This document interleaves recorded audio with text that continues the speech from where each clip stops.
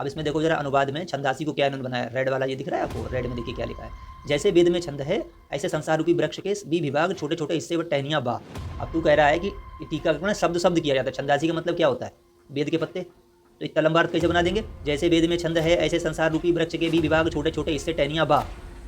अरे मूर्खानंद, इन शब्दों की प्रतिपूर्ति के लिए छंदासी का संस्कृत है उतनी लंबी, कैसे बन गया ये टीकाकरण में। गीता तेरा ज्ञान अमृत में जाना, पेज नंबर 168 पे जाना। बाबा अनुवादक इसका है रामपाल। देख इसमें संप्रतिष्ठा शब्द आया, देख रहे होगे आप लोग, रेड वाला जो जहाँ पे मैंने डॉट लगा दिया, संप्रतिष्ठा। इसका बाबा जी अनुवाद कर रहे हैं, क्योंकि सर्व ब्रह्मांडों की रचना की अच्छी तरह स्थिति का मुझे भी ज्ञान नहीं है। संप्रतिष्ठा एक शब्द का इतना लंबा अर्थ कैसे हो जाएगा भाई टीका, क्योंकि सर्व ब्रह्मांडों की अच्छी तरह स्थिति का मुझे भी ज्ञान नहीं। ज्ञान की संस्कृत कहाँ गई, स्थिति की कहाँ गई, तरह की कहाँ गई, अच्छी की कहाँ गई, रचना की कहाँ गई। अब भाई साहब कहाँ है सर्व ब्रह्मांडों का की, ये क्या नरगल अर्थ बना रखा उसमें। अब इसमें आप रेड वाला देखो, पुनर्जन्म, माम का इन्होंने कहा मुझे प्राप्त होकर, ठीक है, पुनर्जन्म, पुनर्जन्म होता है अपने पास से लगा दिया। भैया होता है कि संस्कृत नहीं है, खाली पुनर्जन्म है तो पुनर्जन्म अनुवाद करो। टीकाकरण में होता है कि घुसेड़ा, जो नीला मैंने अंडरलाइन करा, ये इसने अपने पास से घुसेड़ा बाबा ने, ठीक है ठीक है। फिर जो भी घुसेड़ दिया, जो, क्योंकि जबरदस्ती अनुवाद बनाना है, जो भी घुसेड़ा होता है भी घुसेड़ा, संस्कृत उसकी कहाँ है रिप्लेस करने के लिए, ठीक है, अर्थ बना दे, नहीं थी। फिर आ जाओ नीचे, नीचे एक रेड में आप देखेंगे ना आपनुवंती, इसका अर्थ इसने क्या किया है, पुनर्जन्म को प्राप्त नहीं होते। पुनर्जन्म को वहाँ जबरदस्ती घुसेड़ दिया ना। आपनुवंती का मतलब पुनर्जन्म को कहाँ होता है, मोहिता बताना जरा। मैं चैलेंज दे रहा हूँ रामपाल जी के चेलों जितने भी हो, 30,000 का जो तुम्हारे यहाँ पाठ प्रकाश कराते हो, उससे तुम लोग ये बोलते हो कि उससे मरी हुई आत्मा की सदगति हो जाती है। तुम बता दो किस शास्त्र में लिखा हुआ है, किस वेद में, किस पुराण में, किस या कबीर जी के किस ग्रंथ में लिखा है कि 30,000 का पाठ प्रकाश करा के सदगति देना। नहीं अगर दे पाए तो अपने बाप से पैदा नहीं, तो रामपाल से पैदा हो। पहले की निरंजन राई, तो परमात्मा के दिमाग में ये खुरापात क्यों आई पहले की निरंजन राई काहे को खुजली मच रही थी परमात्मा को बनाने के लिए, काल को पैदा करने के लिए। अरे भाई ऐसा प्राणी पैदा कर दिया जो आगे जाके सबको मारेगा, तपस्या पे भूनेगा, 1 लाख को मारेगा। ऐसा पैदा करने वाला तो दुष्ट हो सकता है, शैतान हो सकता है, परमात्मा तो हो नहीं सकता। पहले की निरंजन राई काहे को खुरापात आई मन में भाई। जय श्री कल की माधव, जय श्री जगन्नाथ। मैं हूँ आपका अपना मित्र, भाई, बंधु, सखा और कल की भगवान का एक तुच्छ सेवक। जैसा कि आज आपने हमारे यूट्यूब वीडियो के थंबनेल में देखा, एक बहुत ही महत्वपूर्ण वीडियो आप लोगों के लिए, जिसमें बाबा रामपाल जी और उनके जो शिष्य हैं, जो दास दासियाँ हैं, जो खुद अज्ञान लेके घूम रहे हैं और दूसरों को ज्ञान देने की कोशिश कर रहे हैं, सबसे शास्त्र चर्चा यानी कि डिबेट करने की कोशिश करते हैं, सबके ग्रुपों में बिना बुलाए घुस जाते हैं, उनके लिए मुंह तोड़ जवाब, धागा खोल धुलाई आ जोगी। और अंत तक बने रहिए वीडियो में। और इन लोगों के पूरे गैंग का आज पर्दाफाश करके किस तरीके से ये हिंदू धर्म के अगेंस्ट काम कर रहे हैं और शास्त्रों के प्रमाण के अनर्गल अर्थ बना के, जो है उल्टे अर्थ बना के, अपने मनमाने अर्थ बना के, और भगवान कृष्ण को और देवी देवताओं किस प्रकार अपमानित ये लोग करते हैं। भाषा तो इनकी बहुत खराब वैसे भी है। तो ये लोग जो है इज्जत की बहुत आशा करते हैं कि हमको इज्जत दीजिए, इज्जत दीजिए, इनके चेले हमारे गुरु को इज्जत दीजिए। इनके गुरु के डायलॉग्स आप सुनेंगे, सीता को घेर दिया यानी पटक दिया, इन्होंने अपने सत्संगों में बोला है। इन्होंने ये भी बोला है भगवान शंकर के लिए शंकर भागा, भस्मासुर पीछे पीछे भागा, यानी गुरु किसी को तमीज से नहीं बोलेगा, देवी देवताओं को। और इनके गुरु ने तमाम हर गुरु के बारे में, दयानंद सरस्वती के बारे में उल्टा बोला, शंकराचार्य जी के बारे में उल्टा बोला, सबके बारे में ऐसा था वैसा था ऐसे बोलते हैं। लेकिन इनके चेले जो है वो भड़वागिरी क्या दिखाते हैं कि सब इनके गुरु को सब सम्मान दें। क्यों, तुम्हारे बाप का नौकर है, कोई सम्मान देगा? आज देखो कितना अच्छा सम्मान देंगे, पूरी वीडियो में बने रहो आज। और मैंने उन तीनों लोगों को भी इसमें जोड़ लिया है वीडियो में, जिन्होंने यहाँ पे आके तर्कबाजी की थी कि साहब हमारे गुरु का ये, हमारे गुरु का ज्ञान ऐसा है। उन्होंने क्वेश्चंस किए तो उनको भी आंसर मिलेगा, उनको मैंने मेंशन कर दिया। और उनकी जो मेन संस्था है उनको भी मेंशन कर दिया। अगर औकात है एक बाप से पैदा हो तो पूरी वीडियो देखना आज, सारे प्रमाण दिखा रहा हूँ आज, तुम्हारे अज्ञान के सारे प्रमाण। उसके बाद कहीं चुल्लू और पानी में अगर शर्म हो तो जाके क्या करना समझ जाओ। आते हैं, चलो वीडियो स्टार्ट करते हैं। सबसे पहले हमारा एक टेलीग्राम ग्रुप था, मैं आपको बता दे रहा हूँ उसकी शुरुआत कैसे हुई। मैं तो कल की जी को समर्पित चैनल चला रहा था। बाबा जी का एक चेला आया मोहित नाम से, हमारे ग्रुप में घुस गया था आके। और हमने अपने टेलीग्राम चैनल में भी ये बोला है, जो हमारा यूट्यूब चैनल है, कि कल की जी के भक्त ही जुड़ें। हमने उसमें टेलीग्राम ग्रुप का लिंक भी दे रखा है। तो भाई तू हमारे यहाँ करने क्या आया? फिर डिस्क्रिप्शन में भी हमने लगा रखा है यूट्यूब चैनल के भी, कि कल की प्रभु के भक्तों को जुड़ने के लिए आमंत्रित किया जाता है। और टेलीग्राम ग्रुप में भी डिस्क्रिप्शन में हमने लगा रखा है। तो भाई कल की जी के भक्तों को बुलाए, तुम यहाँ क्या करने आए? और गीता ज्ञान वाले में भी तुम्हें अधिकार नहीं सुनने का। गीता में लिखा है भगवान कृष्ण जो दोष दृष्टि मुझ में रखता है उसके सामने ज्ञान कहना नहीं। और तुम तो पहले उनको, कृष्ण जी को काल बनाए घूम रहे हो। काल एक रेपिस्ट था तुम्हारी नज़र में, तुमने भगवान कृष्ण की उससे तुलना की। दोष दृष्टि पूर्वाग्रह लेके चले आते हो, फिर कहते हो हमारे जैसा जैसा हम सोच रहे हैं वैसा ज्ञान मिलना चाहिए। हैं शास्त्र तुम्हारे बाप से पूछ के लिखेंगे आएंगे, या उनका अर्थ तुम्हारे बाप से पूछ किया जाएगा?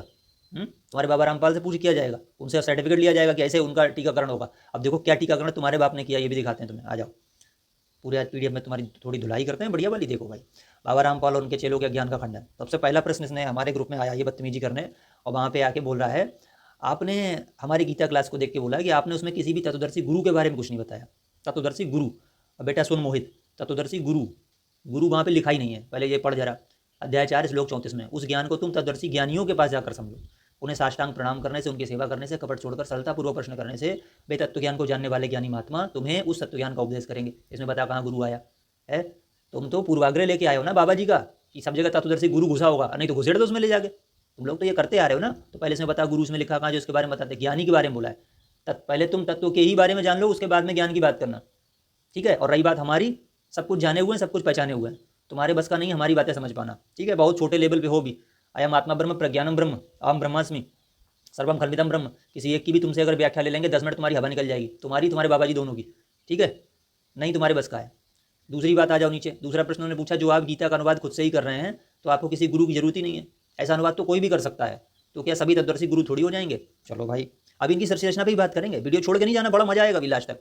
इनकी सृष्टि रचना बताएंगे कि क्या ये पाखंड फैलाए मचाए हुए हैं, पूरा फर्जीवाड़ा फैलाए हुए हैं। तो कह रहे हैं कि आपने खुद से अनुवाद कर लिया, आपको गुरु की आवश्यकता नहीं है। ऐसा अनुवाद तो कोई भी कर सकता है भाई, तू कर लेगा अनुवाद, तू कर लेगा।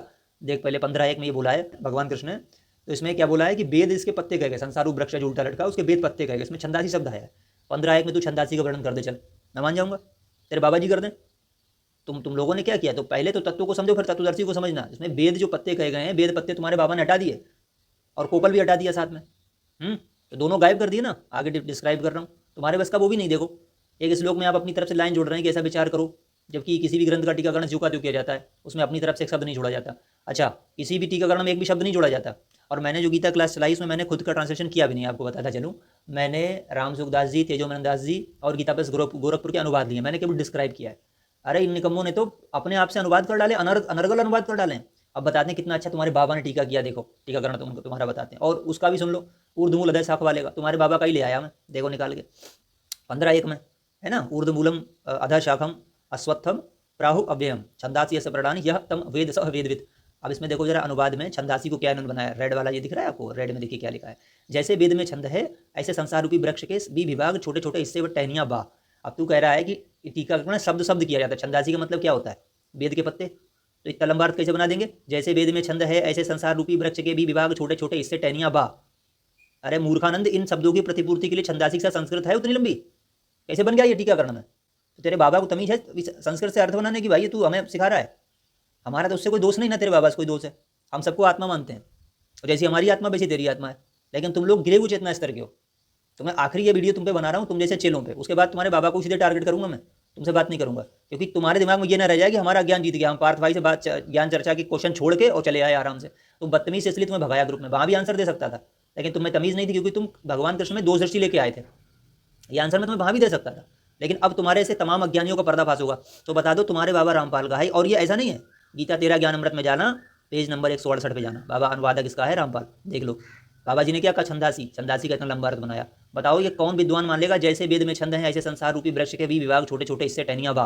हिस्से की संस्कृत कहाँ गई, टहनिया की कहाँ गई, वा की कहाँ गई, विभाग की कहाँ गई, छोटे छोटे कहाँ गई? अरे भाई कहाँ चली गई इसकी सबकी संस्कृत है? ये इसका अनुवाद है। ये साले दूसरों को बताते घूमते इनके चेले की ऐसे टीका करो, तुम्हें गुरु की क्या जरूरत? और गुरु की बात सुन ले, गुरु बेहद का होता है, आत्मा का होता है गुरु, समझा? वो करवाता है।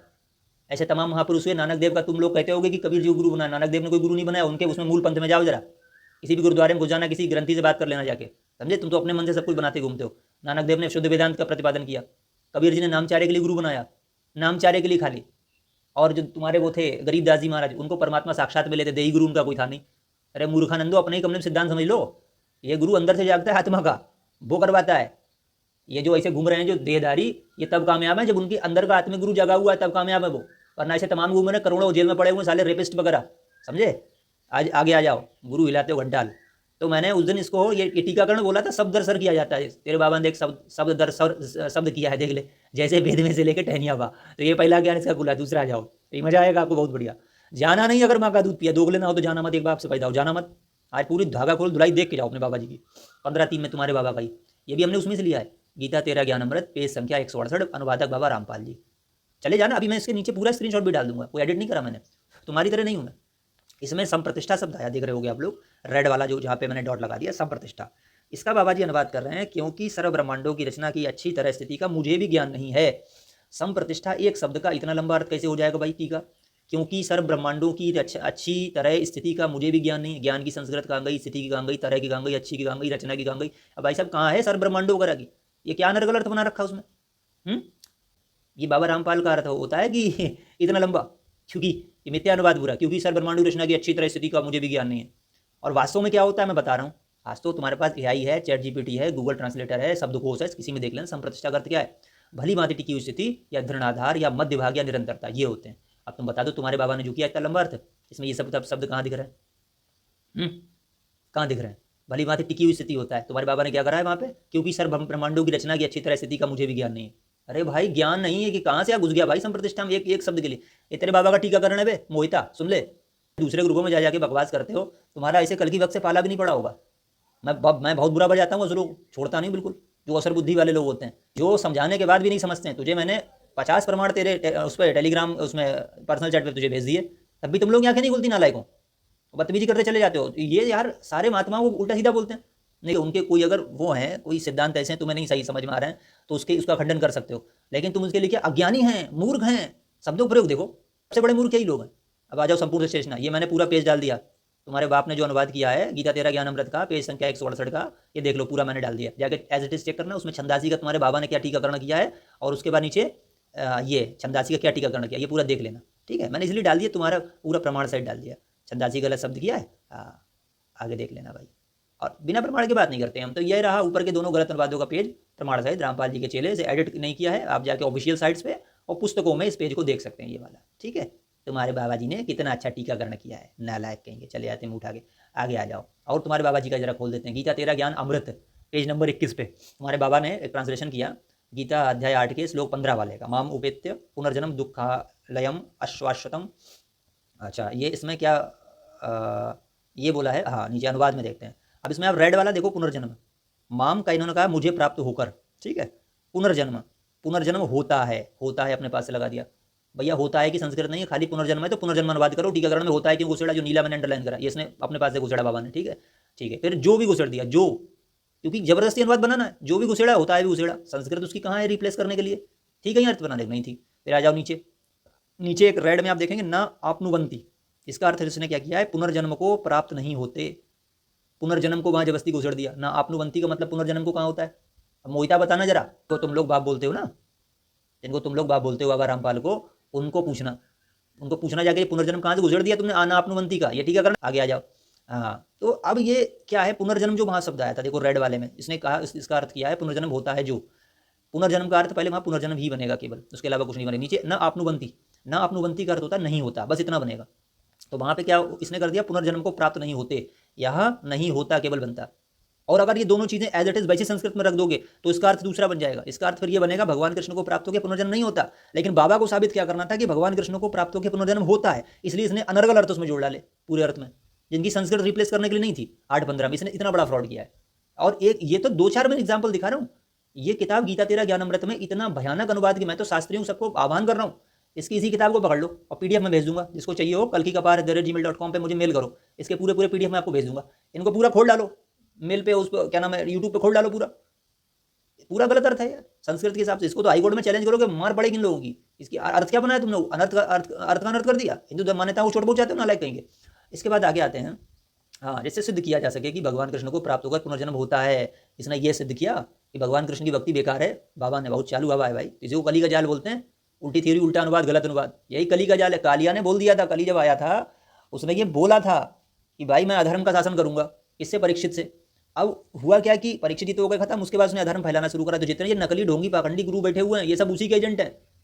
इनमें तत्व ज्ञान नहीं है, इनको आत्मस्वरूप का ध्यान नहीं मालूम क्या होता है। मैं सही बता रहा हूँ आपको। ओमकार की विद्वत परिभाषा नहीं मालूम उनको, आउमा और तुरीय अवस्था होता क्या है। और ये बने, और जितने भी ये ओमकार के विरोधी हैं, ये सारे कालिया के एजेंट हैं, ध्यान रखना। ओमकार इंडिकेटर है आत्मस्वरूप तक जाने का। उमा जागृत स्वप्न सुषुप्ति, और उसके बाद तुरीय अवस्था में जाओ, शुद्ध स्वरूप में जाओ अपने, वो इंडिकेटर है। ओम व्यर्थ नहीं होता है, लेकिन तुम्हारे बस का नहीं समझ पाओ तुम। आगे आ जाओ भाई।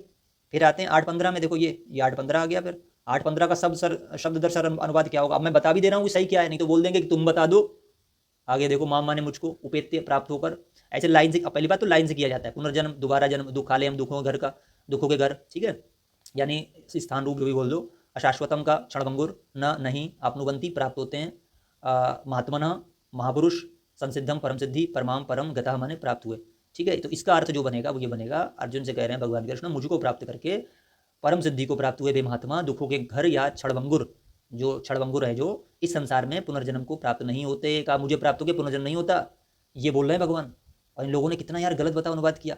और ये बाबा क्या करता है, और तो आपको बता दे, देखो ये बाबा क्या करेगा, देखो आप यहाँ पे देखोगे ना, ये मूल पाठ जो माम उपेत्य, इसका जो 8-15 किसने अनुवाद बनाया, माम पहले ले लिया, फिर उपेत्य गायब कर दिया बीच में से, पुनर्जन्म ले लिया फिट करने के लिए, फिर अशाश्वतम ये आ गया, देखो दुखालयम गायब करके अशाश्वतम का अर्थ बना दिया, फिर दुखालयम को लिया, फिर परमाम को लिया। परमाम कौन सा है, लास्ट के लास्ट लाइन का सेकंड, जो सेकंड है जो है ना, वो मतलब लास्ट सेकंड परमाम वहां से उठा लिया। फिर संसिद्धम ले लिया बीच में से, आखिरी लाइन का बीच बीच वाला संसिद्धम ले लिया। ऐसे आधे आधे टुकड़े में तोड़ के, ताकि मेरी बात बड़ी हो जाए, सिद्ध हो जाए। बताओ यार, ये मक्कारी है। अरे यार लाइन टू लाइन करो ना, आप देखो यार लाइन टू लाइन करा है, देखो ये लाइन टू लाइन करा, माम उपेत्य पुनर्जन्म सब सीधे सीधे चला आया, तो सिद्ध हो गया। साफ साफ वहां पे क्या दिया जा रहा था, एक बार और देख लो भैया, ये साफ साफ वहां पे क्या दिया जा रहा था, लाइन थी एक पूरी, सीरियल था लगा हुआ, इसने सीरियल से छेड़छाड़ कर दी। यहाँ देखो पूरा सीरियल से लगा हुआ है गता तक है, तो उसका सीधा अर्थ बन गया कि पुनर्जन्म प्राप्त नहीं होता। तो ऐसे ये अब जैसे मुझे बोलता है कि तुम जो है अनुवाद में अपने तरफ से टीकाकरण घुसेड़ देते हो, नहीं घुसेड़ता नहीं हूँ मैं कुछ भी। टीकाकरण बिल्कुल उन्हीं का है, मेरा कुछ नहीं है। उन्हीं लोगों का 2-3 विद्वानों का मैंने लिया, अपना तो मैंने करा ही नहीं अनुवाद किसी का। मैंने जैसे मुझे क्या होता है, स्थिति प्रज्ञ शब्द आ गया तो भाई इसको डिस्क्राइब करना पड़ेगा, धरती शब्द आ गया डिस्क्राइब करना पड़ेगा, तो डिस्क्राइब करने में फिर टाइम चाहिए, तो फिर तो कुछ ना कुछ बोलोगे ना उसके बारे में, ऐसे ही छोड़ दोगे इसको, नहीं छोड़ सकते ना। तो मैं डिस्क्राइब कर रहा हूँ, डिस्क्राइब करना तेरे बस की बात नहीं, और बता दे, नहीं कर पाओगे तुम। संसारू वृक्ष का तुम वर्णन नहीं कर सकते, और बता दो। तुम्हारे बाबा ने तो कोपल, जो कोपलें होती हैं उसको छोड़ दिया संसार वृक्ष में, अधूरा है तुम्हारे बाबा ज्ञान। अरे भाई देखो, प्रश्न 4 पर ये लेके आया, गीता 15 जो है अध्याय श्लोक 4 में, इसमें ये बोल रहा है कि इसका अर्थ यह है कि उस परम लक्ष्य की खोज करनी चाहिए जहाँ पहुँचने के बाद मनुष्य संसार में वापस नहीं आते। मैं उसी पुरुष की शरण लेता हूँ जिससे अनादिकाल से यह सृष्टि रूपी परंपरा प्रभावित हो रही है।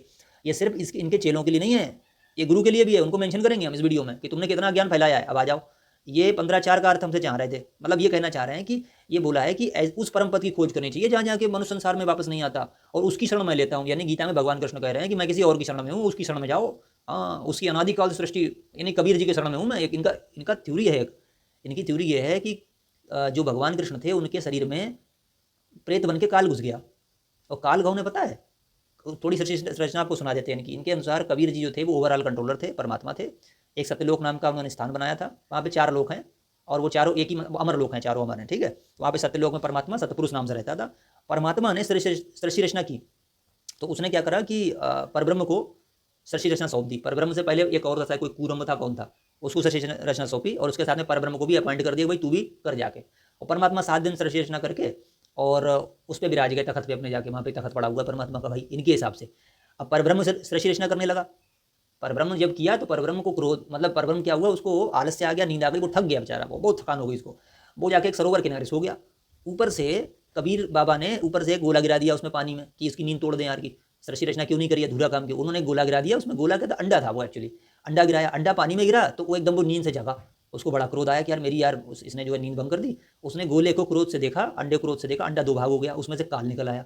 थ्योरी देखो इनकी पहले, उसमें से काल निकला। वो काल ने क्या किया, कई युग तक तपस्या की भगवान की, कि मुझे आप नया लोक दे दो, फिर मुझे नया जो है भगवान ने कहा तथास्तु। फिर उसने कई युग तक तपस्या की, एक टांग पे खड़े होके, कि मुझे जो है उसमें कंस्ट्रक्शन मटेरियल दे दो।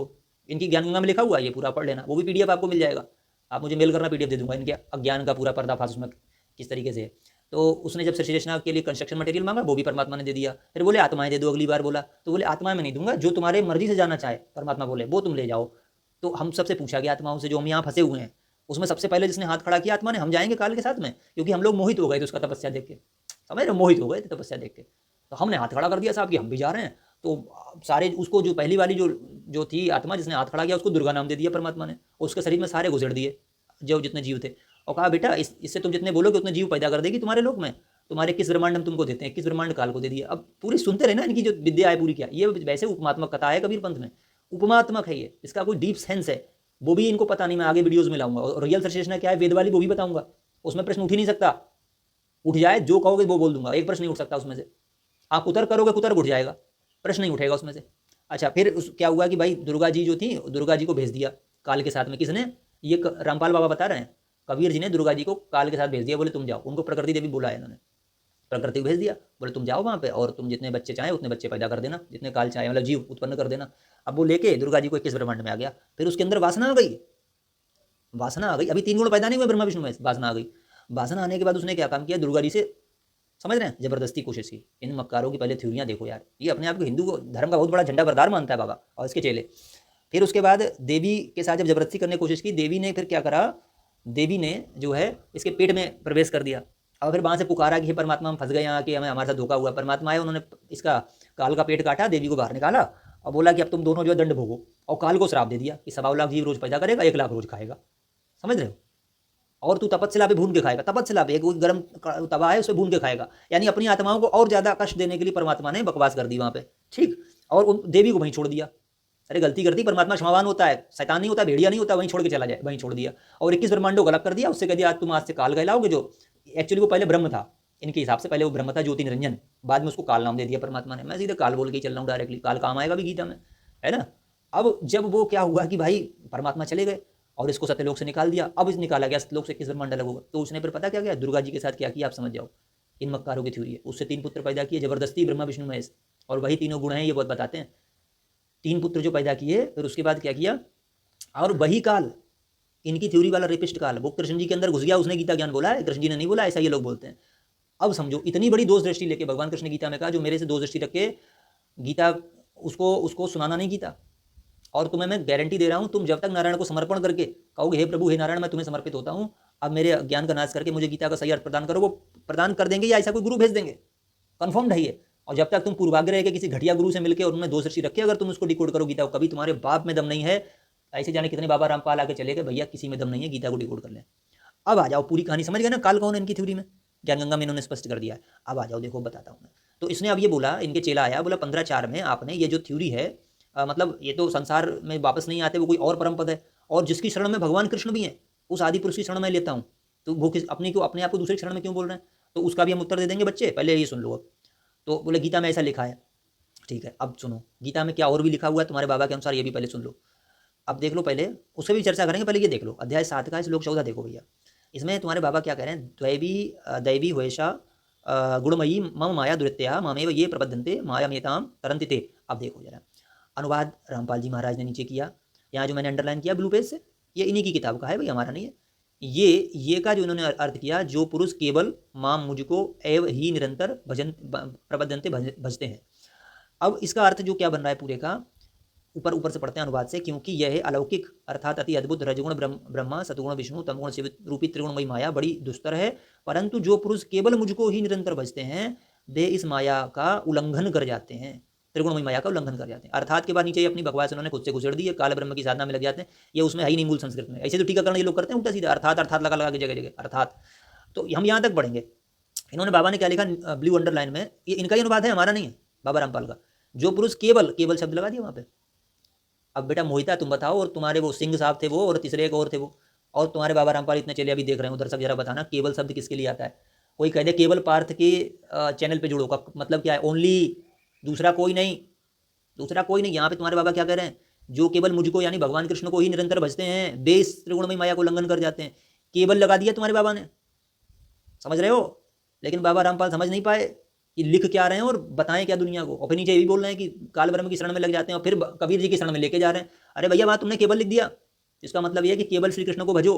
तुम्हारे बाबा ने भी अपने अनुवाद में सिद्ध कर दिया, केवल उनको भजोगे तब तुम त्रिगुणमयी माया से उपराम हो सकोगे, वरना नहीं हो पाओगे। और कृष्ण कौन है, अजन्मा, लिखा है गीता में, मैं अजन्मा हूँ, अव्यक्त सनातन अव्यक्त हूँ, मैं अवतार लेता हूँ, मैं सबका आत्मा भी हूँ, अपना रूप रचता हूँ प्रकृति को अधीन करके, वास्तव में मैं क्या हूँ, अव्यक्त हूँ। उस अव्यक्त की शरण में जाओ, यानी आत्मा की शरण में जाओ, तुम्हारे हृदय में बैठा हूँ, 15 में बोल दिया, सबका आत्मा मैं ही हूँ। समझ रहे हो, आत्मस्वरूप का ध्यान अध्याय 6 में यत्रो परमते चित्तम रुद्धम योग से योग का सेवन करो, वो है तुम्हारा सार नाम सार शब्द। अभी तुमको यही तमीज नहीं है, सार शब्द घंटा हिलाए घूम रहे हो, गीता में दिया हुआ है, सार शब्द लिखा हुआ है, हमारी वीडियो देख लेना, जाके पता लग जाएगा सार शब्द क्या होता है। तो बेटा केवल है, तुम्हारे बाबा ने सिद्ध कर दिया अपनी बाड़ी में, समझ गए। हाँ अब आ जाओ, ये गहरी गीता में 329 पेज पे देख लो, वो तो हमने चलो अपनी किताब से खींच के फोटो डाला, अब ये देखो ये पीडीएफ, ये देखो, देख लेना जाके चेक करके, केवल शब्द लगा दिया तुम्हारे बाबा ने। जो पुरुष केवल मुझको ही निरंतर भजते हैं, वे इस माया को उल्लंघन कर जाते हैं। केवल भगवान श्री कृष्ण यानी कि आत्मस्वरूप का जो ध्यान करते हैं, बेस का उल्लंघन कर पाते हैं, अन्यथा नहीं कर पाएंगे कोई। समझ जाओ बात को, कृष्ण ने अपनी भक्ति का तरीका बताया है, मन को विचार से उपराम करो उस हिसाब से, ठीक है। हाँ तो अभी आगे लो, अब तो यार तो तुम तो ब्रह्म की साधना को सुप्रीम बता दिया, केवल लगा दिया वहाँ पे, फंस गए वहाँ पे ना जाके। अरे केवल है ही वहाँ पे, यही बात है। जो भगवान कृष्ण का व्यक्त शक्ति का, अनंत शक्ति का ध्यान करते हैं, भगवान कृष्ण वास्तव में अनंत शक्ति है, कहते हैं मैं योग माया से प्रकट होता हूँ, और ये लोग उड़ाते हैं कि वो भूत बन के घुस जाते हैं। भूत बन के घुसते नहीं, उन्होंने साफ साफ वहाँ पे क्या लिखा, मैं प्रकट होता हूँ। वो परमात्मा था वहाँ पे जो बोलने वाला है, मैं सृष्टि को अपने जो प्रकृति को अधीन करके अपने आप को रचता हूँ, घुसता नहीं हूँ। क्या बोला है, मैं अपने शरीर को रचता हूँ, आगे आ जाओ। तो तुम यही तो बुद्धिमान आदमी पहचान लेता है, मूर्ख आदमी जाहिल उसी में घुसा रहता है। अब तुमने जो बोला 15:4 में, उसका देख लो जरा, 15:4 का देखो। 15:4 का ये तथा पदम, ये उस पद का अन्वेषण करना चाहिए जिसको प्राप्त हुए पुरुष पुनः संसार में लौटते नहीं है। ठीक है, मैं उस आदि पुरुष की शरण हूँ जिससे यह सनातन प्रवृत्ति प्रसृत हुई है। बाबा रामपाल के अलावा और भी लोग सुन लें कि 15:4 में ऐसा लगता है कि भगवान ये कह रहे हैं कि मैं किसी और की शरण में हूँ, ऐसा लगता है। और वहाँ पे तेजोमन दास जी ने उस पद का अन्वेषण करना चाहिए, अन्वेषण शब्द लिया खोज की जगह। अन्वेषण वास्तव में सही भी है, अन्वेषण का एक मतलब खोज भी होता है, टीकाकार अलग अलग इसमें करते हैं। अगर हम इसको अन्वेषण लेके चलते हैं, उस पद का अन्वेषण करना चाहिए जिसको प्राप्त हुआ पुरुष संसार में नहीं लौटता, मैं उस आदि पुरुष की शरण में हूँ, मैं आदि पुरुष शरण में हूँ। वो अर्जुन के लिए बोला, तो ये लोग बोलते हैं वहाँ पे तो कहीं नहीं लिखा कि अर्जुन के लिए बोला है, जैसे संसार की प्रवृत्ति जो है प्रसृत हुई है। अब मैं बताता हूँ कैसे अर्जुन को बोला है, सिद्ध करूँगा मैं। देखो यहाँ पे आप संस्कृत में देखेंगे, ये परिमार्गितव्यम जो शब्द आया ना, ये पहली लाइन का आखिरी, तो यहाँ पे देखोगे आप, परिमार्गितव्यम का अर्थ होता है खोजना चाहिए, अन्वेषण करना चाहिए। ठीक है, अन्वेषण का मूल जो अर्थ है वो है खोज, छानबीन या अनुसंधान करना। ठीक, इसका मतलब अगर आप और डिटेल में जानो, अनुसंधान या छानबीन या खोज का मतलब क्या होता है, यह शब्द किसी छुपी हुई बात, तथ्य, स्थान या समाधान को गहराई से जानने की प्रक्रिया को दर्शाता है। एक्चुअली ये प्रक्रिया है, अन्वेषण क्या है, प्रक्रिया है। तो अगर हम परिमार्गितव्यम को अन्वेषण करना चाहिए ले लें अर्थ में, तो बहुत अच्छे से समझ में आ जाएगा। खोज में समझ में नहीं आता, अन्वेषण में समझ में आता है। अब आ जाओ नीचे, 15:4 में अन्वेषण करना चाहिए। तो भगवान कृष्ण वहाँ पे क्या बोले, अन्वेषण करना चाहिए। अलग अलग लाइन्स में क्या क्या बोले हैं, 3-4 चीज़ों का अन्वेषण करना, 3 चीज़ों का। क्या क्या, पहला अन्वेषण क्या करोगे, अन्वेषण करना चाहिए कि उस पद का या उस पद को जिसको प्राप्त हुए पुरुष पुनः संसार में नहीं लौटते। पहला अन्वेषण ये हो गया। क्या अन्वेषण करो पहला, यानी किस सत्य तक पहुंचो, उस सत्य तक पहुंचो, उस पद जिस पद को प्राप्त होकर पुरुष संसार में नहीं लौटता, यानी मोक्ष पद है। दूसरा अन्वेषण क्या करो कि मैं कौन, अर्जुन उस आदि पुरुष की शरण में हूं। अरे भाई, अर्जुन को तो उपदेश दिया जा रहा है कि हे अर्जुन, तुम ये अन्वेषण करोगे, एक ऐसा पद है जिसको प्राप्त होकर संसार में नहीं लौटते। तो फिर यही तो बोलेंगे, हे अर्जुन तुम ये अन्वेषण करो कि उस आदि पुरुष की शरण में हो। दूसरा, तीसरा अन्वेषण ये भी करो कि जिससे ये पुरातन प्रवृत्ति विस्तार को प्राप्त हुई है। 3 अन्वेषण कराए यहाँ पे, समझ रहे हो। जब एक भगवान कृष्ण ने अर्जुन को बोल दिया कि हे अर्जुन तुम ऐसा अन्वेषण करो, तो तीनों बातें उसी के लिए बोली जा रही हैं। ठीक है, क्या कि तुम उस जो संसार में नहीं लौटते उस पद का अन्वेषण करो, मैं उस आदि पुरुष की शरण में हूँ, अर्जुन ऐसा तुम अन्वेषण करो। ये सेंस की बात है, समझने की। अन्वेषण करो अर्जुन कि मैं उस आदि पुरुष की शरण में हूँ। और क्या बोल रहे हैं कि यह पुरातन प्रवृत्ति प्रस्तुत हुई है, ये भी अन्वेषण करो। 3 अन्वेषण करवाए, समझ रहे हो। जैसे मैं कह दूं अपने किसी एडमिन को या अपने किसी साथी को या टेलीग्राम ग्रुप के मेंबर को कि भाई ऐसा फील करो, ऐसा अन्वेषण करो कि मैं उस विधाता का सेवक हूँ, तो मैं ये नहीं बोलूँगा कि मैं पार्थ विधाता का सेवक हूँ। अरे भाई, उसको बोल रहा हूँ ना, समझा रहा हूँ, सीधी सी बात है। अब आगे आ जाओ, और मैं पुख्ता इसका प्रमाण भी दे रहा हूँ। तुम अगर ये सोचोगे तुम्हारा फिर से ज्ञान जीत गया है ना, ये तो शरण में किसी और की है भगवान कृष्ण। अभी देख लो, शरण की बात आ जाती है। दूसरा, जहाँ तुम्हारे बाबा नहीं पहुँच पाए, तुम्हारे बाप भी नहीं पहुँच पाएंगे। 9:18 में आ जाओ, तुम्हारा पूरा ज्ञान खोल के रख दिया, धोतियाँ खोल डाली तुम्हारी यार। गतिर्भरता प्रभु साक्षी निवासा शरणम सुहृत, 9:18 में। प्रभवा प्रलया स्थानम निधानम बीच में व्ययम, इसको खोल के जरा चोटों देख लेना। इसमें क्या लिखा है, गति, तेजोमन दास जी ने, गति भरण पोषण करने वाला प्रभु, स्वामी, साक्षी, निवास और शरण स्थान। क्या दिया, शरण स्थान, तथा मित्र, उत्पत्ति, प्रलय स्थान, आधार, निधान और अव्यय कारण भी मैं ही हूँ। भगवान कृष्ण बता रहे थे अपने बारे में। तो क्या है, शरण स्थान, शरण लेने योग्य स्थान मैं ही हूँ। जो शरण लेने योग्य खुद स्थान है, वो दूसरे की शरण में क्यों होगा, मूर्ख, यही होता है। और शरण लेने योग्य एकमात्र स्थान है, वो एकमात्र भरण पोषण करने वाले। वरना यहाँ भी ये बोल देते कि मेरे अलावा कोई दूसरा भी, समझ रहे हो। मैं और कारण मैं भी हूँ, कारण भी मैं ही हूँ, मैं हूँ का मतलब मैं सब कुछ मैं ही हूँ। और ये बोला भी है कि अर्जुन मेरे अलावा कोई दूसरा कारण नहीं है, ये और बोला है। ये संसार मड़ियों के सदस्य उसमें गुथा हुआ है, समझ रहे हो, मेरे अलावा दूसरा कोई कारण नहीं है। तो ये ओनली की चीज़ चली आ रही कि मैं ही शरण लेने योग्य स्थान हूँ, तो वो दूसरे शरण में क्यों होंगे। तो वहाँ अर्जुन को बोला, यहाँ से तुम्हारा काट कर दिया 9:18 में तुम्हारी बात का। और सुन लो, रामपाल जी ने भी इसका अनुवाद करा है, रामपाल जी ने अनुवाद किया है। रामपाल जी के चलो के लिए विशेष 15:4 में कृष्ण जी किसी और की शरण में हैं, तो अध्याय 9:18 में खुद को शरण लेने योग्य स्थान और स्वामी और लक्ष्य क्यों बता रहे हैं। वहाँ स्वामी भी बता दिया यार। यहाँ देखो प्रभु, प्रभु शब्द आया है ऊपर दिया, गतिर्भरता प्रभु, मैं प्रभु स्वामी हूँ सबका, सबका स्वामी भाई। और एक जगह पे बोला उन्होंने, अर्जुन मैं सभी लोगों का मानीश्वर हूँ। ठीक है, सारे लोग आ गए, सभी लोगों के, प्राणियों का मानीश्वर, कोई इससे बाहर नहीं है कि कबीर बाबा के अलग लोग का अलग कोई ईश्वर होगा, परब्रह्म का अलग ईश्वर होगा, सबके वही ओवरऑल कंट्रोलर अपने आप को बोल दिया, तो वो क्या झूठ बोलेंगे क्या। ठीक है, अब देखो स्वामी लक्ष्य, और स्वामी और लक्ष्य भी बता दिया कि मैं ही लक्ष्य हूँ, यानी कि मैं ही मोक्ष का गति हूँ, तुम्हारी लाश में मुझ में ही लय होना है आके। और वो ये भी बोले एक जगह, मैं प्राणियों के हृदय में स्थित हूँ, अव्यक्त रूप से हूँ, सनातन भाव हूँ, सनातन भाव में परमात्मा बोला है अपने आप को, और सबके हृदय में बैठा हुआ हूँ आत्मा रूप में। तो जब आत्मा रूप में बैठे हुए हैं भैया, तो मुझे ये भी बता दो मेरे ताऊ, आत्मा रूप में काल बैठ जाएगा है? अब तुम्हारे बाबा रामपाल जी की गीता ले लेते हैं, गहरी गीता में, ये देखो इसमें आ जाओ 9:18 में, देखो मैंने अंडरलाइन करा है, शरणम, तुम्हारे बाबा ने बनाया, शरणम शरण लेने योग्य, शरण लेने योग्य कौन? और उसके बाद देखो सूरत, प्रत्युपकार न चाहकर हित करने वाला। बताओ, तुम तो कह रहे हो कि काल जो है स्वार्थी है, कि वो हमें पाल रहा है बकरे की तरह यहाँ पे, फिर बाद में मार डालेगा, तो वो तो स्वार्थी हो गया ना। हमें पाल रहा है अपनी भूख शांत करने के लिए, उनको तपस्या पे सबको मार के खाएगा। तो यहाँ तो लिखा है, तुम्हारे बाबा ने खुद लिख दिया, प्रत्युपकार न चाहकर हित करने वाला, मैं तुमसे कुछ नहीं चाहता और तुम्हारा हित करने वाला हितैषी हूँ। तो फिर ये काल वाली थ्योरी कैसे हो जाएगी? काल तो भेड़िया शैतान है। फिर उसके बाद एक और नीचे अव्ययम अविनाशी लिख दिया। अरे अविनाशी का मतलब क्या है भाई? जिसका कभी नाश नहीं होता। तुम्हारे बाबा ने खुद ही सब थ्योरियां खोल के रख दी हैं। जैसे पढ़ो तो पहले दिमाग तो लगाओ। वासस्थान मैं शरण लेने योग्य स्थान हूँ, तो दूसरे क्षण में क्यों होऊंगा वहां पे जो आप बता रहे हो 15:4 में? आप 15:4 में जो बता रहे हो वो नहीं, ये 9:18 में क्लियर कर दिया, मैं ही शरण लेने योग्य स्थान हूँ। काट दिया तुम्हारा तर्क। आ जाओ 5वां प्रश्न तुमने पूछा, महाभारत के युद्ध के बाद श्री कृष्ण से जब अर्जुन ने बोला मुझे भाई अद्भुत ज्ञान दोबारा सुनाइए, इस पर बहुत चर्चा होती है। तो उन्होंने कहा कि अब मुझे याद नहीं रहा। अर्जुन तुम मूर्ख हो, तुम इतना दुर्लभ ज्ञान भूल गए। ऐसा क्यों? ऐसा क्यों? तुमसे परमिशन लेते तुम्हारे बाबा रामपाल से, चलो फिर भी हम बता दे रहे हैं ऐसा क्यों।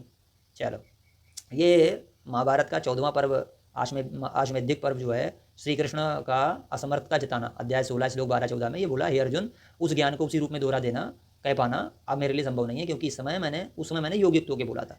और योग युक्तों के सब ध्यान रखना, ये योग युक्तों के ऊपर भी देखा, योग युक्तेन देखा ना संस्कृत में।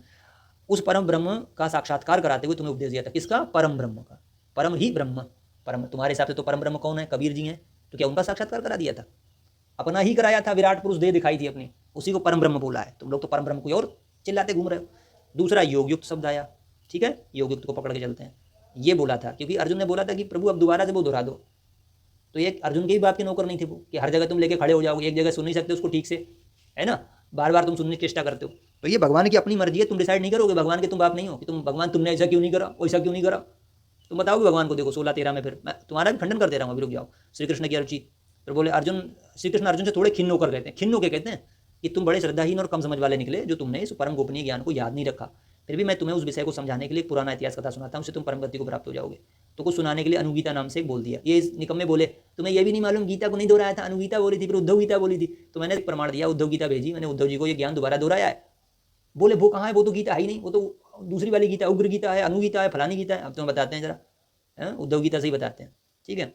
तो पहले तो ये पकड़ो इसको, यहाँ पे क्या लिखा हुआ है, उस समय मैंने योग युक्त होकर उस परम ब्रह्म का, योग युक्त शब्द आया। भैया योग क्या होता है? भगवान कृष्ण कह रहे हैं उस समय में योग युक्त था कुरुक्षेत्र मैदान में। योग माने क्या होता है? योग क्रिया होती है। योग में होशोवास क्या भूल जाता है आदमी? मैंने वर्णन दिया, देखो यहाँ पे भगवान कृष्ण भाई ज्ञान योग युक्त होकर बोला था। योग क्रिया है जिसमें योग पूरी तरह सावधान चेतना में होशोवास में रहता है योगी। उसे पता होता है कि भाई योग युक्त होगा, योग युक्त होना और किसी के शरीर में प्रेत बन के घुस जाना दोनों अलग अलग चीजें हैं। रामपाल जी के अनुयायियों का ये मानना है कि श्री कृष्ण के अंदर गीता बोलते समय काल भूत बनकर घुस गया था, जबकि यहाँ भगवान कृष्ण खुद कह रहे हैं कि भाई योग युक्त हुए थे, है ना, अर्थात मैं खुद से योग युक्त हुआ था। और अब जो है बहुत से साधक योग करते हैं, उनसे पूछना कि योग करना और भूत घुसना दोनों में अंतर होता नहीं होता। तो पहले तो योग युक्त शब्द ने ही तुम्हारी पोल खोल दिया ज्ञान की। योग एक क्रिया है जो साधक खुद करता है, तो भगवान कृष्ण ने खुद से अपने आप को योग युक्त किया था। इट मीन्स उनका अपने ऊपर पूरा नियंत्रण था। योगी नियंत्रण रखता है पूरी क्रिया का। बहुत सारे योग हैं दुनिया में, बहुत सारे योग हैं। कोई भी योग हुआ, मैं खुद करता हूँ आत्मस्वरूप का योग, तो मैं तो बिल्कुल वैसा नहीं लगता मुझे कि मेरे अंदर कोई भूत बन के घुस गया हो। भैया आराम से बैठा रहता हूँ अपनी जगह। और योग में क्या हलचलें अंदर चल रही है, क्योंकि चेतनावस्था होती है, सब कुछ पता होता है। तो तुम्हारा योग, तो योग क्या है? स्वैच्छिक क्रिया है, ना कि कोई दूसरा हमसे हमारे अंदर घुस गया। तो तुम्हारा खंडन पहले तो यही हो गया कि भगवान ने ये कह दिया कि मैं योग युक्त हुआ था। उन्हें ये ध्यान है कि मैं योग युक्त हुआ था।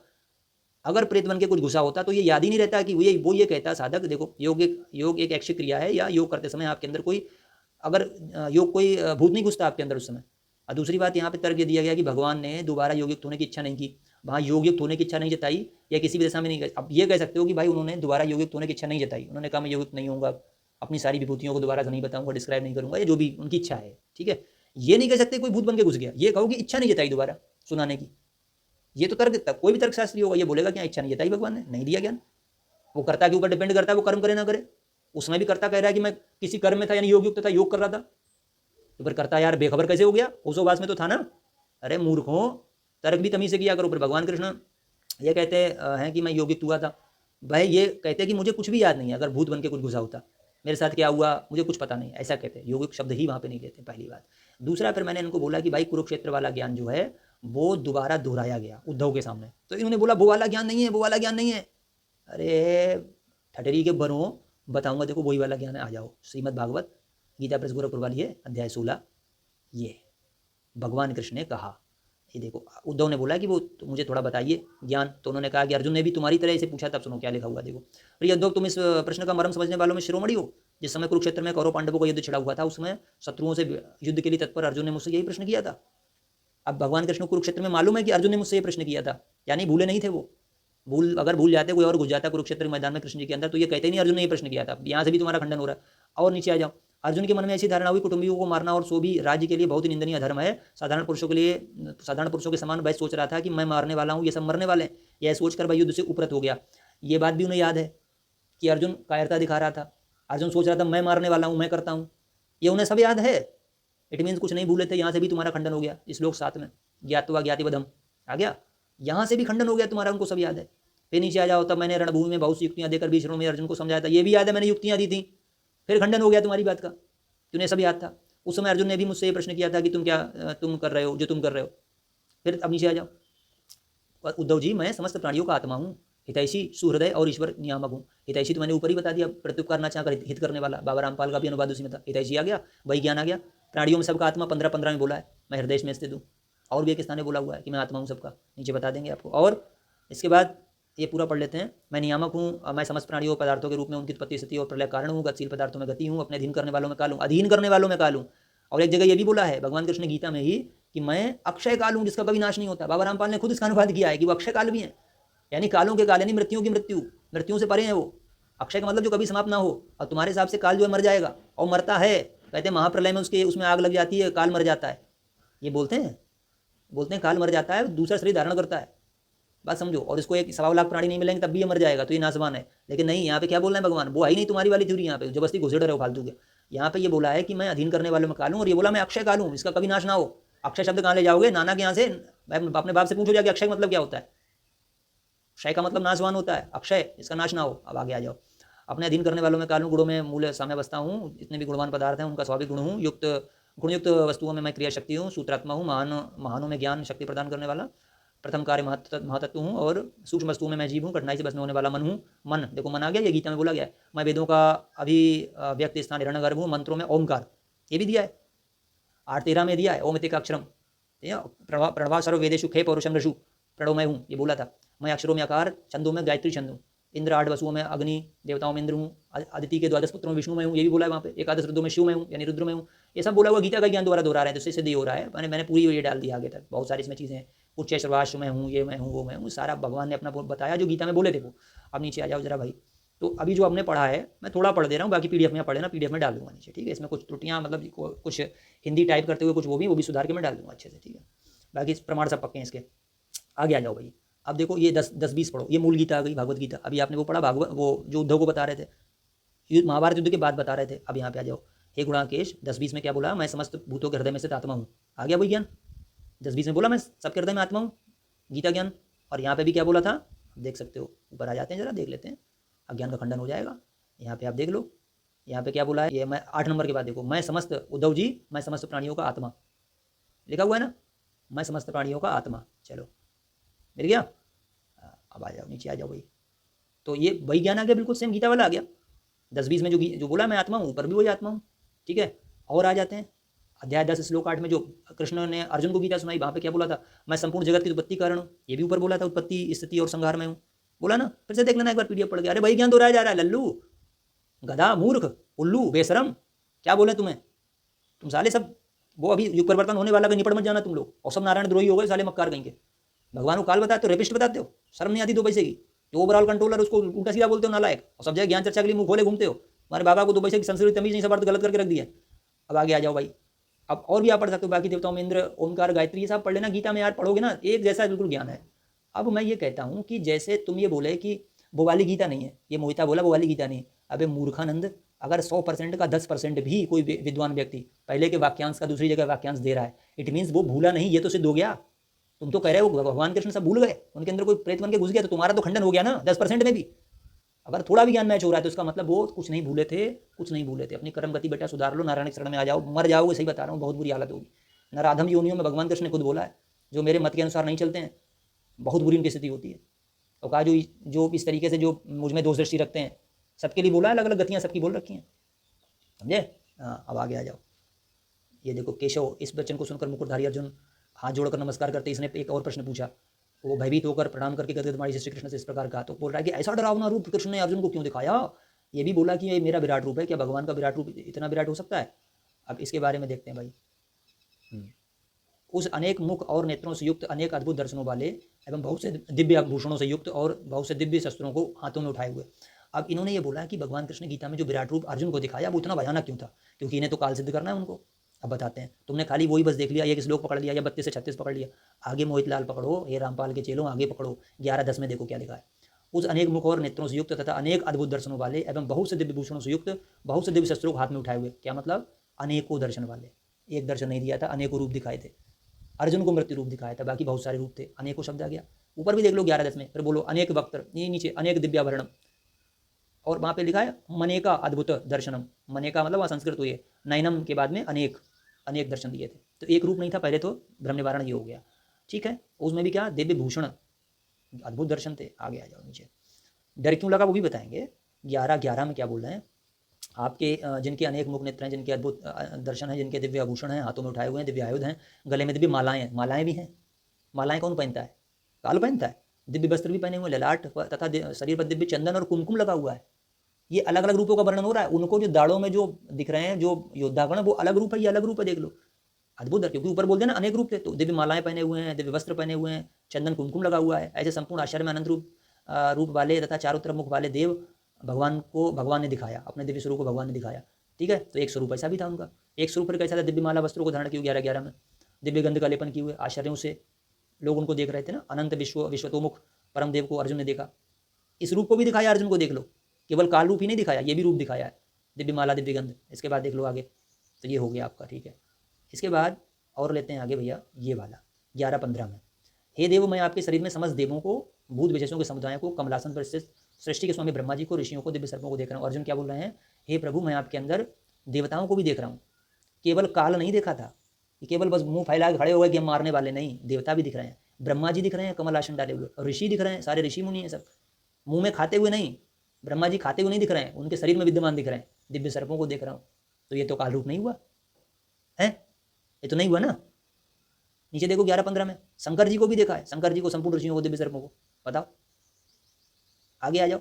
वो उन्होंने अलग अनुवाद बनाया है, राम सुखदास जी ने, ऊपर वाला मैं लेके चल रहा हूँ, ठीक है। ब्रह्मा जी दिख गए ना, देवता दिख गए, तो खाली काल वाला ही तुमने देख लिया, एक ही पकड़ लिया। 11-21 में देखो क्या पढ़ा, पढ़ो जरा।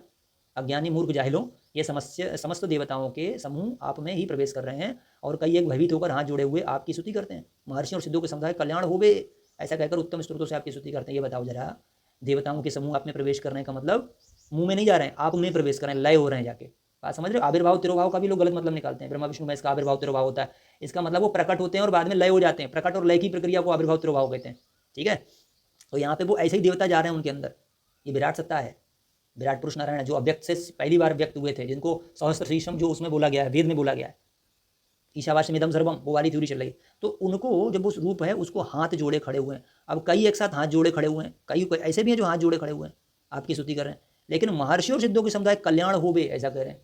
आपको देख के कल्याण होवे का मतलब क्या है, वो श्रद्धा से देख रहे हैं उसको, डर नहीं रहे, तभी तो बोले कल्याण होवे, वरना कहेंगे विनाश हो गए हैं। फिर उनका स्त्रोतों से स्तुति कर रहे हैं, मतलब श्रद्धा भाव से कर रहे हैं ना। स्त्रोत क्यों गाएगा भाई आदमी। आगे आ जाओ भाई, ये महर्षियों के, और नीचे मंगल हो, ऐसा बोला मंगल हो। वो समझ रहे हैं कि भगवान कोई भी रूप में आ जाए, नरसिंह रूप में भी तो आए थे डरावना रूप लेके, हैं। तो किसका नाश करा था, किसी भक्त का नाश कर दिया क्या उन्होंने, असुरों का ही तो नाश किया था ना। लेकिन ये रामपाल बाबा जी के सब चेले मूर्ख हैं एक नंबर के, ठीक है। तो सिद्धों के समुदाय नमस्कार कर रहे हैं, कीर्तन कर रहे हैं, ब्रह्मा जी दिख रहे हैं, इसका मतलब एक रूप नहीं था, अनेक रूप थे। तुम्हारा ये भी खंडन हो गया। और दिखाया क्यों था अर्जुन को, ये भी बता दे रहा हूँ। अर्जुन कायरता से व्याप्त था, अर्जुन लड़ना नहीं चाह रहा था। उसको आश्वस्त कराया कि तुम केवल निमित्त हो, वास्तव में मैं ही सबका उत्पत्ति करता हूँ, उत्पत्तिकर्ता रूप भी दिखा दिया। इस स्थिति मेरे अंदर देवता ब्रह्मा इत्यादि सब, मेरे अंदर पूरी सृष्टि चलती है, देख लो भूमि, और नाशकर्ता भी मैं हूँ। फिर मेरे मुंह में सब प्रवेश भी कर रहे हैं, यानी मैं ही सबका, कह दिया ना, उत्पत्ति स्थिति और संहार करने वाला हूँ। तो तुम केवल निमित्त हो, तुम ये मत मानो कि मैं ही करता हूँ। भागवत में भी यही बोला उद्धव को, कि अर्जुन ये मान रहा था, कि ऊपर पढ़वाया ना आपको, अर्जुन ये मान रहा कि मैं ही सबको मारने वाला हूँ, इसलिए उसको बताया कि तुम मारने वाले नहीं हो, एक्चुअली मारने वाला, उत्पत्ति करने वाला, पालने वाला मैं हूँ। मारने वाला वो कैसे हूँ? तुम्हारे आके इन रामपाल के चेलों से पूछता हूँ, तुम्हारे बाप या दादा जो मरे थे उनको आके उन्होंने गला घोटा था क्या? भगवान कृष्ण ने आके घोटा था? नहीं घोटा था ना। लेकिन एक प्रोसेस है, एक सॉफ्टवेयर है भगवान का। उन्होंने कर्म के लिए स्वतंत्र छोड़ दिया, तुम कर्म करोगे वैसा तुम्हें फल मिलेगा। तुम मोक्ष भी प्राप्त कर सकते हो, मोक्ष प्राप्त करोगे आपको अगला जन्म नहीं मिलेगा। तो उस प्रोसेस है, वो पूरा प्रोसेस किसके अंतर्गत आता है? ये संपूर्ण संसार किसके अंतर्गत आता है? भगवान के अंतर्गत आता है। इसलिए उन्होंने बोला मैं उत्पत्ति स्थिति और संहार हूँ। मैं संहार करने वाला नहीं हूँ, संहार की प्रक्रिया हूँ। उत्पत्ति का मतलब उत्पत्ति की प्रक्रिया हूँ, बात वहाँ डीप सेंस है। स्थिति का मतलब पालन की प्रक्रिया हूँ मैं, या जो कुछ भी तुम देख रहे हो, जो भी प्रक्रियाएं चल रही वो सब मुझ में ही हैं, ये बताया जा रहा है। तो उसको आश्वस्त किया तो बेटा युद्ध कर ले, और युद्ध करना वो जरूरी था। समझ रहे हो? इतने आतंक हो जाता ना धरती के ऊपर। उसके बाद परीक्षित जी के समय में सैकड़ों वर्ष के लिए सतयुग आ गया था, राम राज्य आ गया था पूरी तरीके से। ये भी पढ़ लेना एक बार जाके, अगर महाभारत में इतने नहीं मरते तो। और उन्होंने अपने वंश के लोग मरवा दिए, तो चाहते बचा लेते, भगवान थे, अधर्मी हो गए थे। हैं अधर्मी हो गए थे, नहीं हो गए? सांब के तो पढ़ाई होगा तुमने, क्या है उसका, क्या था त्रिया चित्र? क्या ऋषि के साथ उन्होंने बदतमीजी की थी? भगवान अपना भी नहीं देखते, अपना पराया। भगवान न्याय करता है, सबके लिए समान है वो, ठीक है। इसलिए बोला कि मैं जन्म और पालन भी करता हूँ, मैं सबकी आत्मा हूँ। अरे भाई 15-15 में मैं सबकी आत्मा हूँ ये बोल दिया, तो तुम ये बताओ मूर्ख हो कि काल आत्मा कैसे बन जाएगा? ईश्वर अंश जीव अविनाशी। अगर जीवात्मा जो है, अगर वो ईश्वर का अंश है, तो फिर आत्मा शब्द लगा दे रहा हूँ जीव के आगे। जीव और आत्मा अलग अलग होता है, लेकिन संबद्ध करके जीवात्मा में शब्द प्रयोग कर रहा हूँ। आत्मा जो परमात्मा का ही अंश है, गीता में बोला है मेरा अंश जो है तुम्हारे अंदर स्थित है। तो हृदय में तो यार परमात्मा का वास होना चाहिए, फिर काल का वास कैसे हो जाएगा? अरे तर्क लगा लो जाहिलों, थोड़ा तर्क लगा लो। आत्मा नहीं है काल, परमात्मा ही बोल रहे थे गीता ज्ञान। तुम बड़ा उल्टा जा रहे हो, बड़ी उल्टी गंगा में जा रहे हो, बर्बाद हो जाओगे बेटा, जिंदगी खराब हो जाएगी तुम लोगों की। और ये परिवर्तन का समय, नारायण द्रोही भी बचेगा नहीं, बता रहा हूँ, सब मारे जाएंगे बहुत बुरी तरीके से। बड़ी चेतावनी दे रहा हूँ, सुधर जाओ, लौट आओ, बैकअप कर लो, नारायण को पैर पकड़ लो, माफी मांग लो। बाप आ गए धरती पे, बड़ी बुरी कटाई चलेगी तुम लोगों की। अभी पैर पकड़ के माफी मांगो, गिड़गड़ाओ जाके सामने, हो सकता है क्षमा कर दे तुम्हें। 11 साल तुम्हारे बाबा जी को जेल में रखा, समझ लो, अपने दंड नहीं कटे। तुम कृष्ण जी से उनकी तुलना करते हो? कृष्ण जी को जब बांधने चला था, विराट रूप वहीं दिखा दिया था अपना, हालत खराब हो गई सबकी, सब उनके नीचे घुस गए थे, कुर्सियों के नीचे डर के मारे, समझे? उसके लिए तुम आलोचना कटाक्ष बोलते हो? शर्म नहीं आती 2 पैसे की? आगे प्रश्न नंबर 7 में ये बोल रहे हैं, श्री कृष्ण ने गीता का उपदेश क्यों दिया? श्री राम और श्री विष्णु जी उन्हीं के रूप में थे, और रामायण के समय भी तो युद्ध हुआ था, तो राम रूप में उन्होंने उपदेश क्यों नहीं दिया? तो ये तुम तय करोगे। शिव जी का दिया हुआ धनुष भगवान राम के हाथी क्यों टूटा, ये बताओ? कृष्ण जी के हाथ क्यों नहीं टूटा? मिल गया उत्तर। तो ये तुम्हारा तर्क ही मूर्खतापूर्ण था। ऐसा भगवान की अपनी योजना होती है, जो उनके हर अवतार में अलग अलग तय होती है। तो फिर बोल रहा हूँ, भगवान बाबा रामपाल या उनके चेलों के बाप के नौकर नहीं है, जो उनसे पूछकर अपनी योजना बनाएंगे कि किस समय क्या करना है, क्या देना है, क्या नहीं, ठीक है? वो परम शक्ति है, तुम जैसे मूर्खों से परमिशन नहीं लेंगे। फिर ये प्रश्न 7 उसने किया, आपने कबीर जी और गरीबदास जी का वर्णन किया, दोनों महापुरुषों ने गुरु को सर्वोच्च रखा। भाई गुरु की बड़ी बातें बड़ी करते हैं। आप कह रहे हैं कि गुरु से सिर्फ तत्व ज्ञान प्राप्त करो, ज़्यादा मतलब नहीं रखना, दास नहीं बनना। तो फिर कबीर जी और गरीबदास जी के नाम के आप पीछे दास क्यों लगाया? अरे मूर्खानंद, मैं क्या बोला हूँ पहले उसे समझो। गुरु से दीक्षा ले लो, ज्ञान ले लो, अच्छी बात है, ठीक है। मैं किसका विरोधी हूँ मालूम है? पूरी विचारधारा पहले सुनो, आप सुन लो मेरी। तुम लोग ये जो आश्रम लग्जरी बना रहे हो, वहाँ पे सबको भगवाते हो, हर 6 महीने में आओ दर्शन करने, गुरु के समागम लगेगा, वहाँ भीड़ भड़का कराते हो, वहाँ दान की पेटी रखवा देते हो, उसमें फिर पैसा चढ़वाते हो, लंबे लंबे लेटते हैं वहाँ जाके, और उसमें दान पात्र में पैसा डालते हो। इसका विरोधी हूँ मैं। वहाँ पे अपनी घटना घट जाए, रास्ते में कोई एक्सीडेंट हो जाए, कोई दिक्कत आ जाए, ये कौन से शास्त्र में लिखा था भैया? आश्रम बना के उनको भगाना प्रवचन के नाम पे, बताओ मुझे जरा। प्रवचन और ज्ञान उपदेश 1 बार दिया जाता है, 50 बार दिया जाता है। और अगर कोई सुनने का इच्छुक है तो ऑनलाइन भी सुन सकता है आजकल। तो मैं ये कहता हूँ, तुम भागो मत, भगदौड़ मत मचाओ। उसमें हादसा होता है, और हादसा रामपाल जी के उसमें हुआ, आश्रम में हुआ कि नहीं हुआ? पूरी पढ़ते हैं पहले थ्योरी।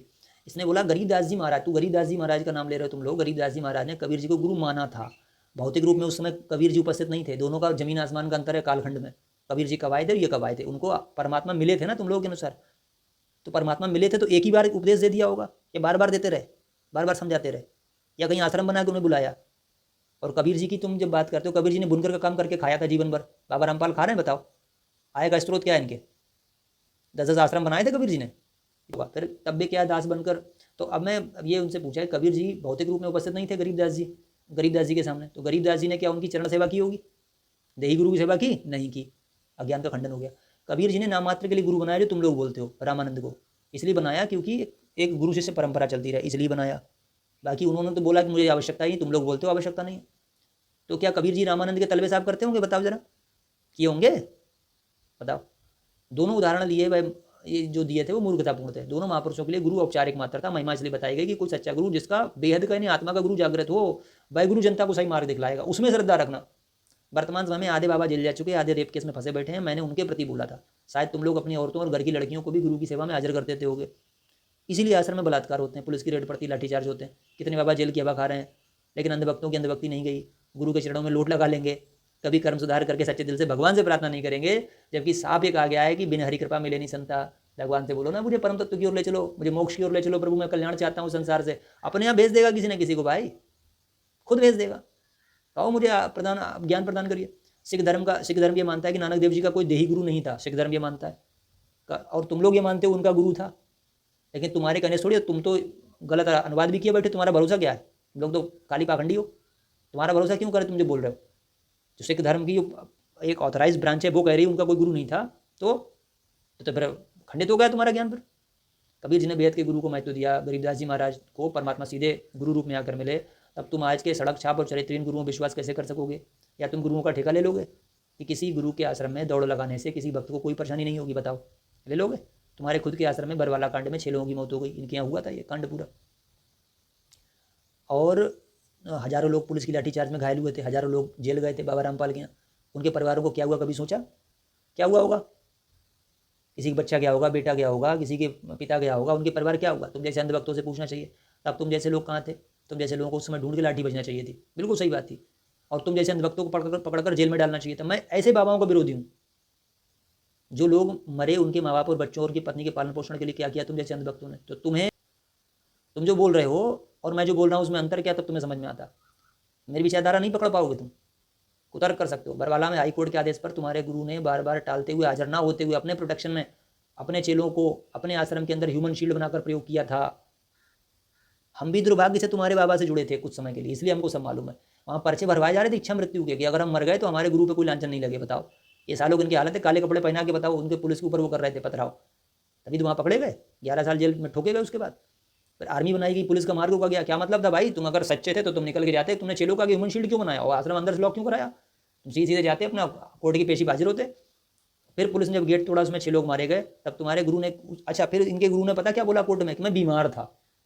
अभी ये मेरी मजाक बना रहा था, अभी मैंने कुछ दिन पहले पोस्ट डाल दिया था, मुझे ग्लूकोज चढ़ा, गर्मियाँ बहुत होती यूपी में, 48 डिग्री पारा चला गया, तो भाई कभी डिहाइड्रेशन भी हो सकता है। 1 बोतल चढ़ गई, 2 बोतलें चढ़ गई, तो क्या बोला, खुद को कल की अंश कहता है और देखो बीमार पड़ा था अभी। वाह भाई, अरे हम तो मात्र तुच्छ अंश हैं, दास हैं। अंश का मतलब क्या? हम भी अंश, ईश्वर अंश, जीव अविनाशी, सब उसके अंश ही, हम भी एक अंश है। तुम्हारा बाबा तो परमात्मा था, तो जब हाई कोर्ट के उस पर जो है ऑर्डर पे काहे को नहीं गया, और बाद में जब जो घसीटते हुए ले गया पकड़ के, उसको ले जाया गया, तो वहाँ पे क्या बोल रहा है बाबा तुम्हारा है? बाबा ये बोल रहा है मैं अस्वस्थ हो गया, बीमार हो गया था। उसके जांच कराते हुए फोटो आए भाई एक डॉक्टर आला लगा के देख रहा है बाबा जी को। साहब तुम्हारी प्रभुताई उसी दिन घुस गई थी भाड़ में, और 6 लोग वहाँ मर गए। तुम बोलते थे कि सतनामी मरेगा नहीं, अबे मर गए तुम्हारे यहाँ। काल छू नहीं सकता, छू लिया काल ने, हजारों लोगों की हड्डियाँ तोड़ी, हजारों लोग जेल में भरे रहे। एक तो हमारे जिले का ही था बेचारा, उसकी जमानत के लिए 2 आश्रम से तुम्हारे आदमी नहीं मिले। बाद में जो रिश्तेदारों से वो लड़ता फिर रहा था अपने गुरु के लिए, उन्हीं से बेचारा ने हाथ पैर जोड़े उसकी औरत ने, तो जाके वहाँ पे जमानत हुई उसकी। घर में चूल्हा नहीं जला सालों। तुम साले गुरु भक्ति सिखाओगे, अंधभक्त कहीं के, ठीक है। उसके बाद जब अब इनके गुरु 11 साल बाद जेल से बाहर निकल के आ रहे हैं, तो क्या कह रहे हैं, ये सब खेल हमारे की, हमसे मिले तो निश्चय जी है। यानी हम ही ने 6 लोग मरवाए, हजारों लोगों की हड्डियाँ तोड़वाई, 1000 लोग जेल में भरवाए, उनके घर वालों की ऐसी तैसी करवाई। उसके बाद 11 साल हम ही जेल में रहे, अब आके हम प्रकट हो गए तुम्हारे आगे, और हम ही ने जो है नेशनल लेवल के कई वकील लगा रखे थे, समझ रहे हो। अरे तुम्हारे किए थे तो वकील का कद्दू के लिए लगाए थे। कब तक बेवकूफ़ बनाओगे भाई, कब तक बेवकूफ़ बनाओगे, और कब तक चेले बेवकूफ़ बनेंगे? तुम जैसे अंधभक्त भैया गुरु भक्ति मत सिखाओ। अच्छा, अभी नारायण साकार विश्वरी का हमारे यूपी में सत्संग हुआ, तो उसमें समागम में सैकड़ों लोग मर गए, भगदड़ मच गई, तब से बाबा आज तक फरार हो गया। तो मैं हमेशा कहता हूँ गुरु का आदर करो, सम्मान करो, मेरी अपनी विचारधारा क्या है। लेकिन ये जो लग्जरी लाइफ आश्रम खड़े किए जा रहे हैं, उनमें समागम के नाम पर चेलों को बुलाया, वहाँ पर दान लेना, डब्बा रख देना, ये जो परंपरा शुरू हुई है, मैं उसका विरोधी हूँ, और तुम लोग उसके समर्थक हो। भाई आदमी घर रहकर भी सुरक्षा के साथ भक्ति कर सकता है। अब ये लोग समर्थक क्यों? क्योंकि उसमें हिस्सेदार है पूरे, कहीं कोऑर्डिनेटर बना दिए, कहीं साले सेंटर बना रखे हैं, सब जगह पैसा उगाया जा रहा है, 30,000 का पाठ प्रकाश करवाया जा रहा है, आश्रम दौड़ाया जा रहा है। कहा 6 महीने में तो 1 महीने में तो दर्शन करो ही करो गुरु के आगे, आओगे तो मालूम है 1000-500 चढ़ाओगे। 10 आश्रम या 10,000 करोड़ की प्रॉपर्टी खड़ी कहाँ से हो गई? तुम्हारे बाप ने कमा के रखी थी क्या? एक चेला बोल रहा है स्पोर्ट आश्रम खुलवा दिया, कि वो पंजाब में बाढ़ पीड़ितों को सहायता राशि बांट दी। नेता भी तो यही करते हैं, 500 रुपये डाल देते हैं अकाउंट में, 500 करोड़ का गबन कर लेते हैं तुम्हारे ही टैक्स GST से। तो ऐसे ही तो किया जाता है, मूर्ख बनाया जाता है। तो ऐसे ही वो भी कर रहे हैं, थोड़ा दिखा दिया कि हम समाज सेवा कर रहे हैं ताकि और आए। तो 30,000 का जो पाठ प्रकाश था, तुम्हें मैं चैलेंज दे रहा हूँ, रामपाल जी के चेलों जितने भी हो, 30,000 का जो तुम्हारे यहाँ पाठ प्रकाश कराते हो, उससे तुम लोग ये बोलते हो कि उससे मरी हुई आत्मा की सदगति हो जाती है। तुम बता दो किस शास्त्र में लिखा हुआ है, किस वेद में, किस पुराण में, किस या कबीर जी के किस ग्रंथ में लिखा कि 30,000 का पाठ प्रकाश करा के सदगति देना? नहीं अगर दे पाए तो अपने बाप से पैदा नहीं हो, तो रामपाल से पैदा हो, वरना सालों 50-100 जूते की शर्त लगाओ, सालों आओ 100 तो मेरे मारना जहाँ बोलोगे तुम। अगर ये बोला कि 30,000 रुपये जमा करके पाठ प्रकाश कराना उससे सदगति मिल जाएगी, सालों कबीर जी विरोधी थे इन चीज़ों के। एक बार गंगा किनारे खड़े हो गए थे, सूर्य कहीं वो बगीचा कहीं और था, तो ब्राह्मण के आगे वहीं पे पानी छोड़ने लगे, तो ब्राह्मण जी ने कहा कि तुम यहाँ पे ये पानी क्यों छोड़ रहे? बोले अपनी बगीची को पानी दे रहा हूँ। इट मीन्स क्या था जानते हो? मरे हुए को कुछ भी प्राप्त नहीं होता उसके द्वारा, ये सब क्रियाओं द्वारा। वो उनके विरोधी थे, तुम साले उनकी सदगति करा रहे हो 30,000 के पाठ प्रकाश में। अरे कबीर के तो सगे हो जाते हैं, आंसर देना तुम। तो तुम आश्रम जो दौड़ा रहे हो, तो ये इसका मैं विरोधी हूँ। अरे भाई घर बैठे ऑनलाइन दीक्षा ले लो, गुरु का आदर सम्मान पूरा रखो। अरे बिना सुरक्षा की गारंटी के आश्रम तुम जाते हो, 30,000 का पाठ प्रकाश कराते हो, है फिर वहाँ पे ये तमाम पैसा व्यर्थ करते हो, रास्ते में कोई दुर्घटना घट जाए, कोई भगदड़ मच जाए, 1-1 लाख का आदमी का समागम होता है। साकार बिश्वरी वाले में देखो सैकड़ों लोग मर गए, कौन जिम्मेदारी लेगा? उनके परिवार कौन जिम्मेदारी लेगा? इसलिए मैं बोलता हूँ कि आजकल जो गुरु की जो दास्ता करी जा रही वो गलत है। दास्ता का एक लेबल होता है भाई, सम्मान करो, गलत मत बोलो गुरु के लिए, उनके अंदर उनकी अवज्ञा मत करो। वो जो सेवा बोलते हैं वो सेवा कर दो। इसका मतलब ये कतई नहीं है कि तुम जो है अपनी सुरक्षा के साथ खिलवाड़ करो। मेरे कहने का मतलब समझो पहले, तुम गुरु हो, तुम नहीं समझोगे। अब तुम गुरु बताते हो, गुरु घंटाल हो तुम लोग। गुरु दो होते हैं, एक देही गुरु होता है, एक विदेही गुरु होता है। तुम्हारे कबीर जी ने बोला ये देही गुरु होता है जो देहधारी होता है, जो मार्गदर्शक होता है, जो साधना की टेक्निक, नियम और ब्रह्म विद्या सिखाता है। ब्रह्म विद्या सिखाता है, ब्रह्म विद्या। ब्रह्म परब्रह्म पूर्ण ब्रह्म में अंतर तुम लोग को तमीज है भी? ब्रह्म क्या होता है? अयम आत्मा ब्रह्म, जो आत्मा है, जो परमात्मा है, उसको ब्रह्म बोला है। जो है, था और रहेगा वो ब्रह्म है। परब्रह्म जो मनवाड़ी और मनवाड़ी से परे है, इसका वर्णन ना कर सकें, उसको परब्रह्म बोल दिया शास्त्रियों ने, विद्वानों ने, ऋषियों ने, मंत्र दृष्टा ऋषियों आचार्यों ने। पूर्ण ब्रह्म क्या है? पूर्ण ब्रह्म वो है जब हम एक होलिस्टिक मैनर में, यानी अनंत सत्ता को हम बोल देते हैं कि सारा संपूर्ण जो सत्ता है परमात्मा की, उसको हम संपूर्ण रूप में लेते हैं, सारी सृष्टि के रूप में लेते हैं, तो उसको बोलते हैं पूर्ण ब्रह्म। तुम्हें ये पहले यही, और उसके बाद साथ में एक और होता है शब्द ब्रह्म। वो भी तुम्हें तमीज ही नहीं होगी, शब्द ब्रह्म भी होता है, उसको भी कोई बना देते एजेंट, सृष्टि रचना में उसका शब्द ब्रह्म भी दिखा देते। वो तो तुमने बोला ही नहीं। जिसको हम वर्णन करते हैं, जैसे ब्रह्म की गति का हम वर्णन अपने मुख वाणी से या अपने लेखन से कर देते हैं, उसको शब्द ब्रह्म के रूप में प्रसिद्ध करते हैं। शब्द और पर ये दो प्रकार के ब्रह्म है। शब्द ब्रह्म वो जिसका हम वर्णन कर सकें, पर ब्रह्म वो जो मनवाड़ी से परे है। ठीक है सब एक ही गति, अलग अलग है। समझने वालों ने लिखा है उनको अलग अलग। तमीज हो तुम तभी तो जानोगे। उस साधना के द्वारा आत्मा गुरु, अब जो साधना जो देही गुरु बताता है वो उसके लक्षण क्या है? ब्रह्म ज्ञाता हो, उसके आत्मा का गुरु जागृत हो, आत्मा से आवाज आना चाहिए, नारायण मुखार बिंदु को फॉलो करता हो, जो नारायण बोल के गए गीता और वेद में, उसको फॉलो करता हो, पूर्ण मोक्ष की साधना जानता हो और बताता हो, खुद भी करता हो, वो गुरु बनने लायक होता है। तो वो देही गुरु जब दूसरे लोगों को वो टेक्निक सिखाता है, नियम सिखाता है, उससे दूसरे साधक के अंदर भी वो आत्मा जागृत हो जाती है, आत्मबल बढ़ता है, कुछ भी कह लो, चेतना का स्तर बढ़ता है, वो आत्मा के पास जाता है, करीब जाता है, तब अंदर से आवाज आती है। दो प्रकार से गाइडेड कर्म होता है, एक आत्मा से, एक मन से। मन से गाइडेड कर्म हमेशा विनाश की तरफ ले जा सकता है। कई बार मैं कह रहा हूँ कि हो सकता है कल्याण भी करा दे, लेकिन हो सकता है कई बार विनाश भी कराता है वो। लेकिन आत्मा से जो निकला कर्म है वो निश्चय ही कल्याणकारी होगा। आत्मा से कर्म कब निकलेगा? जब आत्मा करीब जाओगे। वो क्या है? बेहद का गुरु बोला उसको। देखो नानक देव का बता देते हैं, ये पूरा दिया है। कोई भी दीक्षा गुरु नहीं था उनका। सिख धर्म के लोग मानते हैं नानक जी को स्वयं ईश्वर पुरुष बाह्य गुरु से दिव्य ज्ञान या आत्म साक्षात्कार प्राप्ति हुई थी। उन्हें किसी मनुष्य ने दीक्षा नहीं दी थी, सीधे सीधे परमात्मा मिला। तो तुम देही गुरु के बाबाओं के काज तलवे चाट रहे हो जाके। तुम भी बोलो ना कि भगवान हमारे उतरो, है आके उन्हीं का ज्ञान देते हो ना। अच्छा, फिर कबीर जी ने एक चीज़ और बोली, कहें कबीर सुनो भाई साधु, शब्द गुरु चित्त चेला रे। शब्द गुरु बोला है, जानते हो क्या होता है शब्द गुरु? शब्द गुरु सूरत धुन चेला, गावे पद कोई बिरला अकेला। क्या होता है शब्द गुरु? है फिर एक और बोला, ये सब गुरु हैं हद के, बेहद के गुरु ना है, बेहद आप पे उपजे अनुभव के कर्म है। ये सब हद के गुरु हैं, इनका शरीर एकदम खत्म हो जाएगा। बेहद का गुरु भी है कोई, और जिस हद के गुरु का बेहद का गुरु बोल रहा हो, यानी आत्मा का गुरु बोल रहा हो, वो आदमी सही ज्ञान बता पाएगा। भगवान की लाख कृपा के बाद ही हम कहते हैं कि हमारा अंतरात्मा उस लेवल पे आज जागृत है। ये अभिमान की बात नहीं है, भगवान के कृपा पात्र होने की बात है कि अब उनके ही दिव्य ज्ञान को हम समझ सके। नहीं तुम्हारी तरह गधों भटकते रहते, काल वाल घुसेड़ देते कहीं उनके अंदर ले जाके, समझे? आज हमको मालूम आत्मनिग्रह करना है, अपनी आत्मा से जुड़ना है, मन को विचारों से उपराम करना है, मन को जीतना है। ये सब हमको समझ में आ रहा है, उनकी विद्या समझ में आ रही है, क्योंकि अभेद के गुरु ने गाइडेड किया। हमने बोला था परमात्मा आप हमको गाइड करो, ठीक है। फिर और जो विदेही गुरु होता क्या है, तुम्हें नहीं तमीज है। जब थक जाओ इधर उधर ऐसे बाबाओं के, टपोरी बाबाओं के, तब आना मेरे पास, मैं बताऊंगा बेहद का गुरु क्या होता है, या विदेही गुरु क्या होता है, तब समझ में आएगा। 8वां प्रश्न ने ये पूछा कि आपने नाम दीक्षा किससे ली? इसने ये पूछा कि आपने किससे नाम दीक्षा ली? अब सुन ले बेटा, ऐसा नहीं मेरा दीक्षा गुरु नहीं थे, अद्वैत पंथ से मैंने दीक्षा ले रखी है। और बता, मैं तुम्हारे गुरु से भी जुड़ा था दुर्भाग्य से, कम उम्र में, 20 साल की उम्र थी उस समय, मगर मैं निकल आया, बच गया, नारायण ने मुझे बचा लिया। नहीं तो तुम्हारा गुरु तो भैया मुझे बर्बाद कर देते। मैं तो निकल आया, नहीं तो आगे बनता रहता। हमने बड़ी माफ़ी मांगी भगवान से। सब जानता हूँ तुम्हारे कर्मकांड कितने भी हैं, कहाँ कहाँ सेंटर चलते हैं, कैसे कैसे पैसा कमाते हो। फॉर्च्यूनर में तुम्हारे गुरु घूमते हैं 56 लाख के, अंदर जिम की मशीन है, स्विमिंग पूल वगैरह, बड़ी अयासी लग्जरी लाइफ चल रही है। और सब बेचारा गरीब गुरबा भर रखा है। ये गाँव देहात के सब बेचारे मजदूर लेबर क्लास आदमी, बड़ा बड़ा बुरा आदमी है। 1% आदमी कुछ पढ़ा लिखा प्रबुद्ध है, बाकी 99% बेचारे गरीब गुरबे, उन्हीं से खूब पैसा वसूलते रहते हैं। जिले में तहसील में आश्रम वो सेंटर खोल रखे हैं, वहाँ पैसा वसूलते रहते हैं। यही सब चल रहा है। ठीक है, अब इनका थोड़ा सा खोल देते हैं ज्ञान, इनकी सरसी रचना बताते हैं थोड़ी सी। ठीक है, ये बहुत इंपॉर्टेंट पोर्शन है। ठीक है, यहाँ पे कबीर जी ने एक उपमात्मक कथा दी थी कि पहले की निरंजन राई, पीछे से माया उपजाई, माया रूप देख अति शोभा, देव निरंजन तनमन लोभा। पहले की निरंजन राई यानी इनके कबीर पंथियों के हिसाब से, रामपाल के हिसाब से या इनके चेलों के हिसाब से, पहले परमात्मा ने निरंजन यानी कि काल को बनाया। पहले की निरंजन राई, पीछे से माया यानी दुर्गा जी की उत्पत्ति करी। माया को देख के निरंजन तनमन लोभा, पहले की निरंजन राई। तो परमात्मा के दिमाग में ये खुरापात क्यों आई? पहले की निरंजन राई, काहे को खुजली मच रही थी परमात्मा को बनाने के लिए, काल को पैदा करने के लिए। अरे भाई, ऐसा प्राणी पैदा कर दिया जो आगे जाके सबको मारेगा, तपस्या पे भूनेगा, 1 लाख को मारेगा। ऐसा पैदा करने वाला तो दुष्ट हो सकता है, शैतान हो सकता है, परमात्मा तो हो नहीं सकता। पहले की निरंजन राई, काहे को खुरापात आई मन में भाई? पीछे से माया उपजाई, काहे के लिए? कद्दू के लिए उपजाई माया, तभी तो लोभी हुआ, तभी तो आत्माओं को लेके आया, तभी तो आज ये दंड भुगवा रहा है।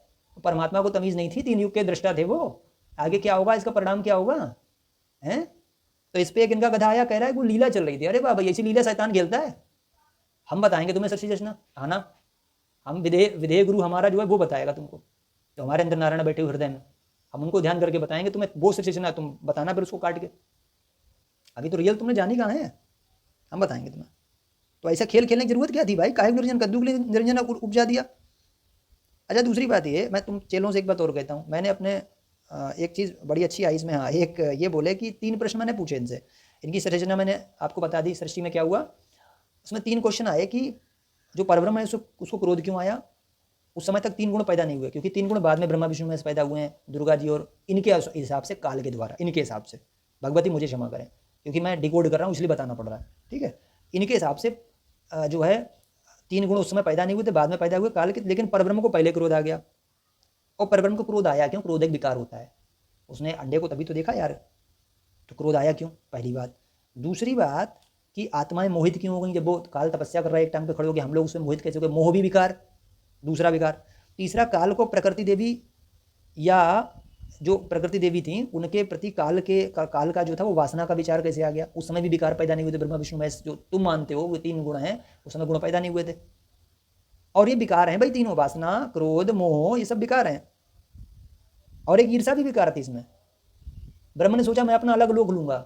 क्यों? जब सब चीज वहां पे समान रूप से, तो उसने अलग लोक की डिमांड क्यों करी? उसके अंदर ये तो राग है ना, ये राग द्वेष है ना पूरा, ये तो एक तरीके का वो हो गया, ये तो ईर्षा हो गई ना, ये भी तो विकार हो गया। सब विकार ही तुम्हारे, तो साला विकार भरा हुआ। तुम सत्य लोग बोले, सत्य का मतलब क्या होता है? जो है था और रहेगा, सनातन, सनातन होता है सत्य। असत का मतलब क्या होता है? माया विद्या। पहले पढ़ो जाके तमीज, तो तुम्हारा सतलोक नहीं रहा, असतलोक हो गया, जब विकारी विकार वहां भरे हुए हैं। तो मैंने ये 3 प्रश्न पूछे कि 3 तुम उत्तर दे दो, तुम्हारे बाप में अगर दम हो तुम उत्तर दो। परब्रह्म को क्रोध क्यों आया? उस समय 3 गुण पैदा नहीं हुए थे। आत्मा मोहित क्यों हुई? मोह एक विकार है। क्या सतलोक में विकार है? काल को प्रकृति पर वासना कैसे आ गई? वासना भी विकार है। और उस समय 3 गुण पैदा नहीं हुए थे। तो इन्होंने एक उत्तर दिया, इन्होंने एक चेलन उत्तर दिया। एक ने बोला कि जैसे कामदेव को भस्म करने वाले शिव जी को मोहिनी अवतार पर मोहित हो गए, उसी तरह यह सब हुआ। अरे भाई, तो तुम अपने गुरु की काहे को ऐसी तैसी करने में लगे हुए? तुम्हारे गुरु क्या कहते हैं? तीनों गुण की, जो तीनों जो देवता हैं ये तो विकार वाले हैं, इनके अंदर गुण हैं। परमात्मा कबीर साहब जो है वो गुणातीत हैं। तो तुम गुणातीत के कर्म की तुलना भगवान शिव के कर्म से काहे कर रहे हो? पहली बात तो ये कि भगवान शिव तो तुम्हारी नज़र में कुछ है ही नहीं, वो तो गुण वाले हैं, वो कुछ भी कर सकते हैं। कबीर जी जो तुम्हारे हैं, ये जो सत्य पुरुष हैं, वो तो गुणातीत है। गुणातीत ने ऐसा खेल क्यों खेला? अगर तुम उससे तुलना करें तो तुलना बनती नहीं, तर्क खारिज हो गया। ठीक है। दूसरा आया, बोला कि काल ज्योति निरंजन ने कूर्म का मुकुट छीन कर गिरा दिया था। ये थ्योरी जो कूर्म वाली है, ये ज्ञान गंगा में नहीं लिखी है, मगर ये जाहिल आया मोहित नाम का, इसने बोला कि आपकी तो बच्चों वाले प्रश्न हैं। कहा जो काल है, काल ने एक कूर्म था वहाँ पे, कोई कूर्म, इनका अमरलोक में परमात्मा को कोई पुत्र है या उन्होंने बचन से पैदा किया था। उस कूर्म के मुकुट में तीनों गुण रखे हुए थे, 5 तत्व रखे हुए थे, उसने वो मुकुट छीन के गिरा दिया। काल ने तपस्या की जब उसे, और ये भी बोला कि काल ने तपस्या की जब उसे परमात्मा ने रचना की सामग्री नहीं दी। अरे बताओ, ज्ञानगंगा में दिया है कि दे दी रचना की सामग्री? ये भी नहीं दी, अपने गुरु का सका नहीं है, इसे दोगला बोलते हैं। कह रहा है सामग्री नहीं मिली तो भाई ध्यानमग्न कूर्म के पास गया। कूर्म कोई था, वो ध्यानमग्न था। कूर्म का मुकुट उसने छीन लिया। उस मुकुट से काल को 5 तत्व और 3 गुण की उत्पत्ति हो गई। अब पहले तेरी भाई ये विद्या बोलता हूँ, मैंने ये बोला पहले तुम्हारी ये कूर्म वाली पकड़ते हैं, ठीक है? किसके अंदर थे? कूर्म के अंदर 5 तत्व और 3 गुण थे, ठीक। अब पहले इसमें इस सवाल क्या उठता है? पहला, छीना। छीना का मतलब द्वेष आया। अगर तब तक भी उसके सिर में वो मुकुट में पड़े हुए थे, चुपचाप विकार दबे हुए थे, तो काल को कैसे प्राप्त होगा विकार? ये तो द्वेष आ गया ना उसके अंदर, ब्रह्म के अंदर द्वेष आ गया कि यार मैं इसका मुकुट छीन के गिरा दूं। द्वेष विकार है ना, ठीक है। यहां भी तर्क तुम्हारा खारिज हो गया। और फिर ज्ञानगंगा में से थ्योरी क्यों नहीं दी थी आज तक? मर गए थे क्या? ज्ञानगंगा में क्यों नहीं जुड़ी? और रामपाल जी ने क्यों आज तक नहीं दिखाया? परमात्मा से कुंठा अहम संतुष्ट नहीं हुआ, न्याय नहीं हुआ, है ना? और उसमें जो है, जो उसके मन में द्वेष और नफरत आ गई, यानी भाई परमात्मा से वो प्रार्थना करता रहा ब्रह्म। उसने कहा कि भाई मुझे जो है वो दे दो आप 3 गुण और 5 तत्व। तो ये जो है इनका अचेला बोल रहा है कि परमात्मा ने नहीं दिए, तो उस परमात्मा से कुंठित हो गया ना, कुंठा आ गई उसके मन में।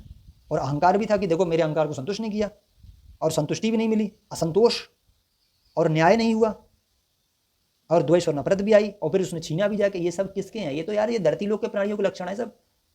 और उस समय तक उसके मुकुट में पड़े हुए थे सारे विकार, और ये सब पहले ही हो रहा है, सब कुंठा उंठा आ रही है, भगवान के प्रति दोष आ रहा है। तो इसका मतलब क्या? अभिकारी लोक है वो, अभिकारी नहीं है। तो सत्यलोक बोलो ही मत, असत्यलोक बोलो उसको।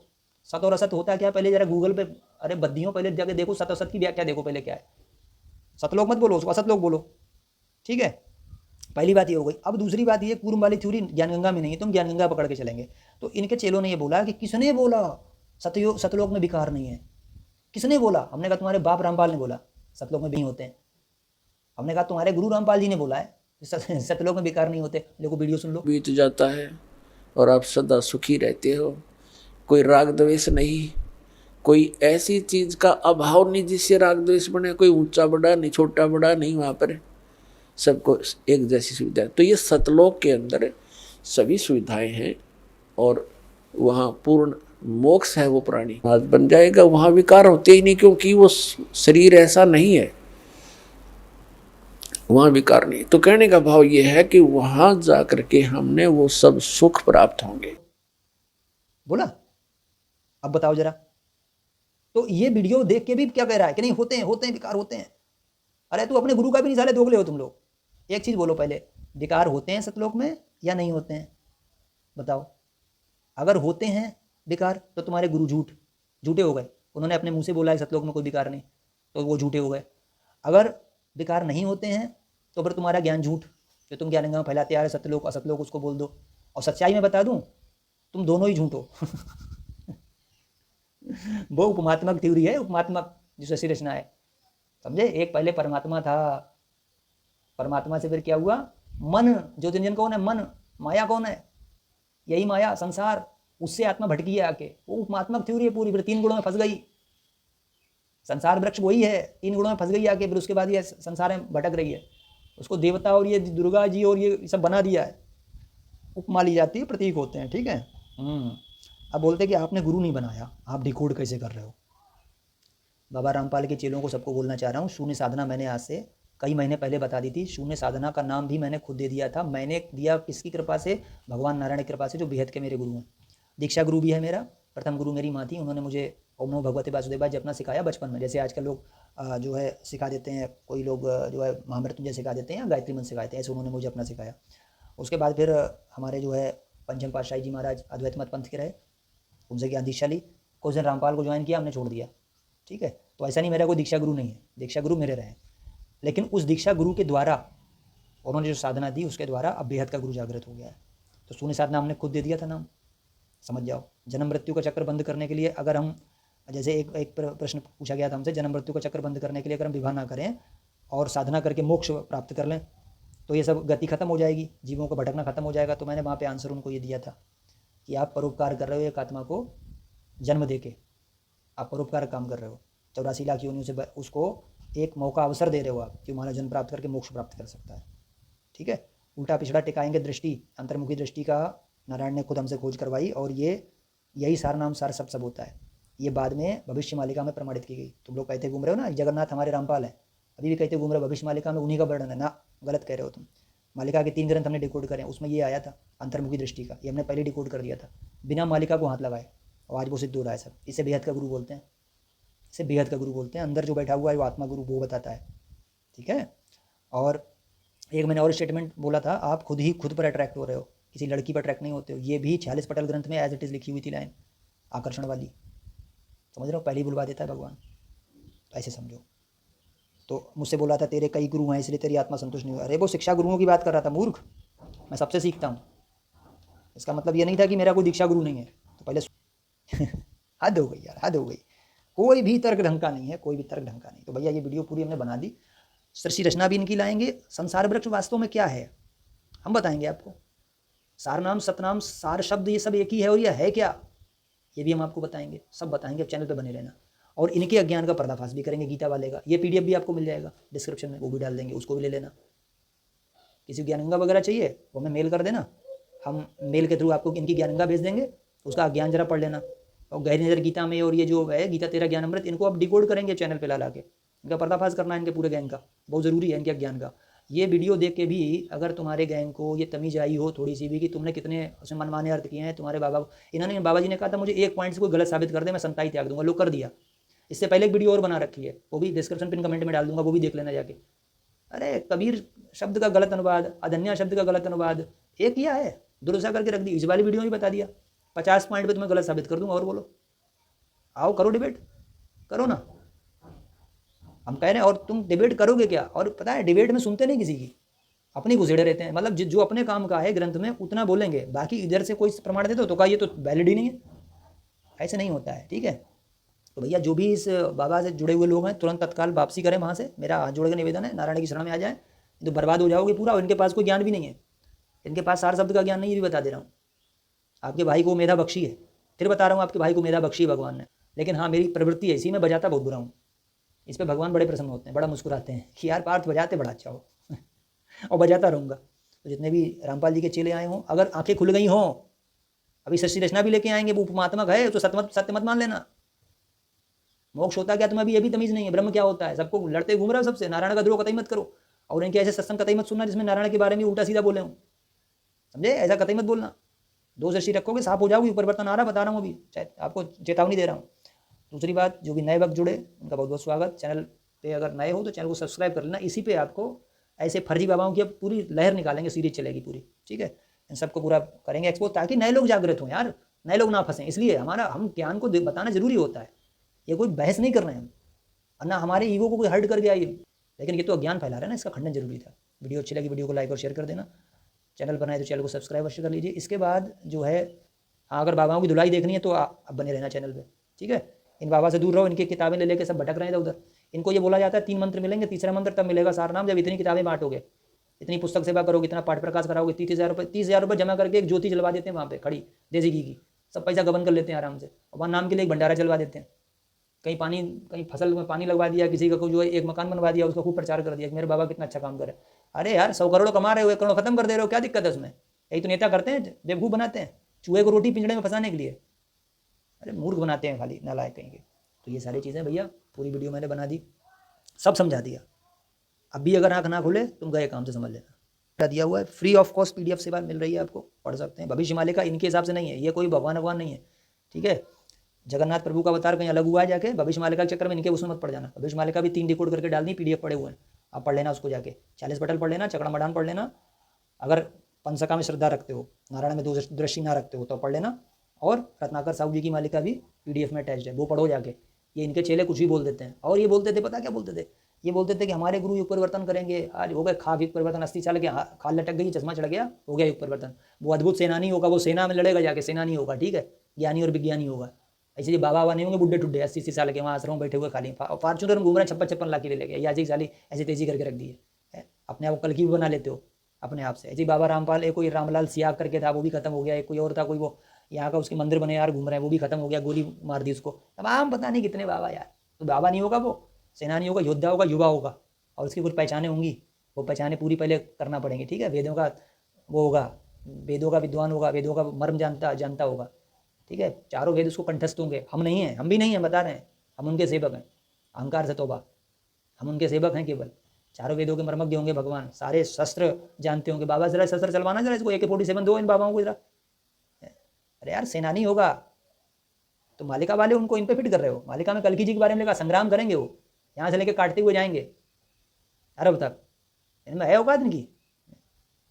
ठीक है, फिलहाल वीडियो अच्छी लगी हो इस तरह शेयर कर देना, क्योंकि और अज्ञानियों को भी थोड़ा सा आ जाए, और जो आपको इसका ज्ञान दे देना, ज्ञान गंगा वाला, उनको ये वीडियो जरूर, मेरी दो वीडियो हैं, एक पहले बना चुका है, ये दोनों मैंने डिस्क्रिप्शन में डाल दूंगा, ये दोनों उनको शेयर कर देना पहले। और ये PDF भी आपको मिल जाएगा, PDF डाउनलोड कर लेना भैया। ठीक है, सबको जय श्री कल्कि माधव, सबको जय श्री जगन्नाथ। वीडियो लंबी हो गई लेकिन सुनना मजा आएगा। जय श्री जगन्नाथ, जय श्री पंचका, जय श्री सत्यनारायण, नमो नारायण सभी को।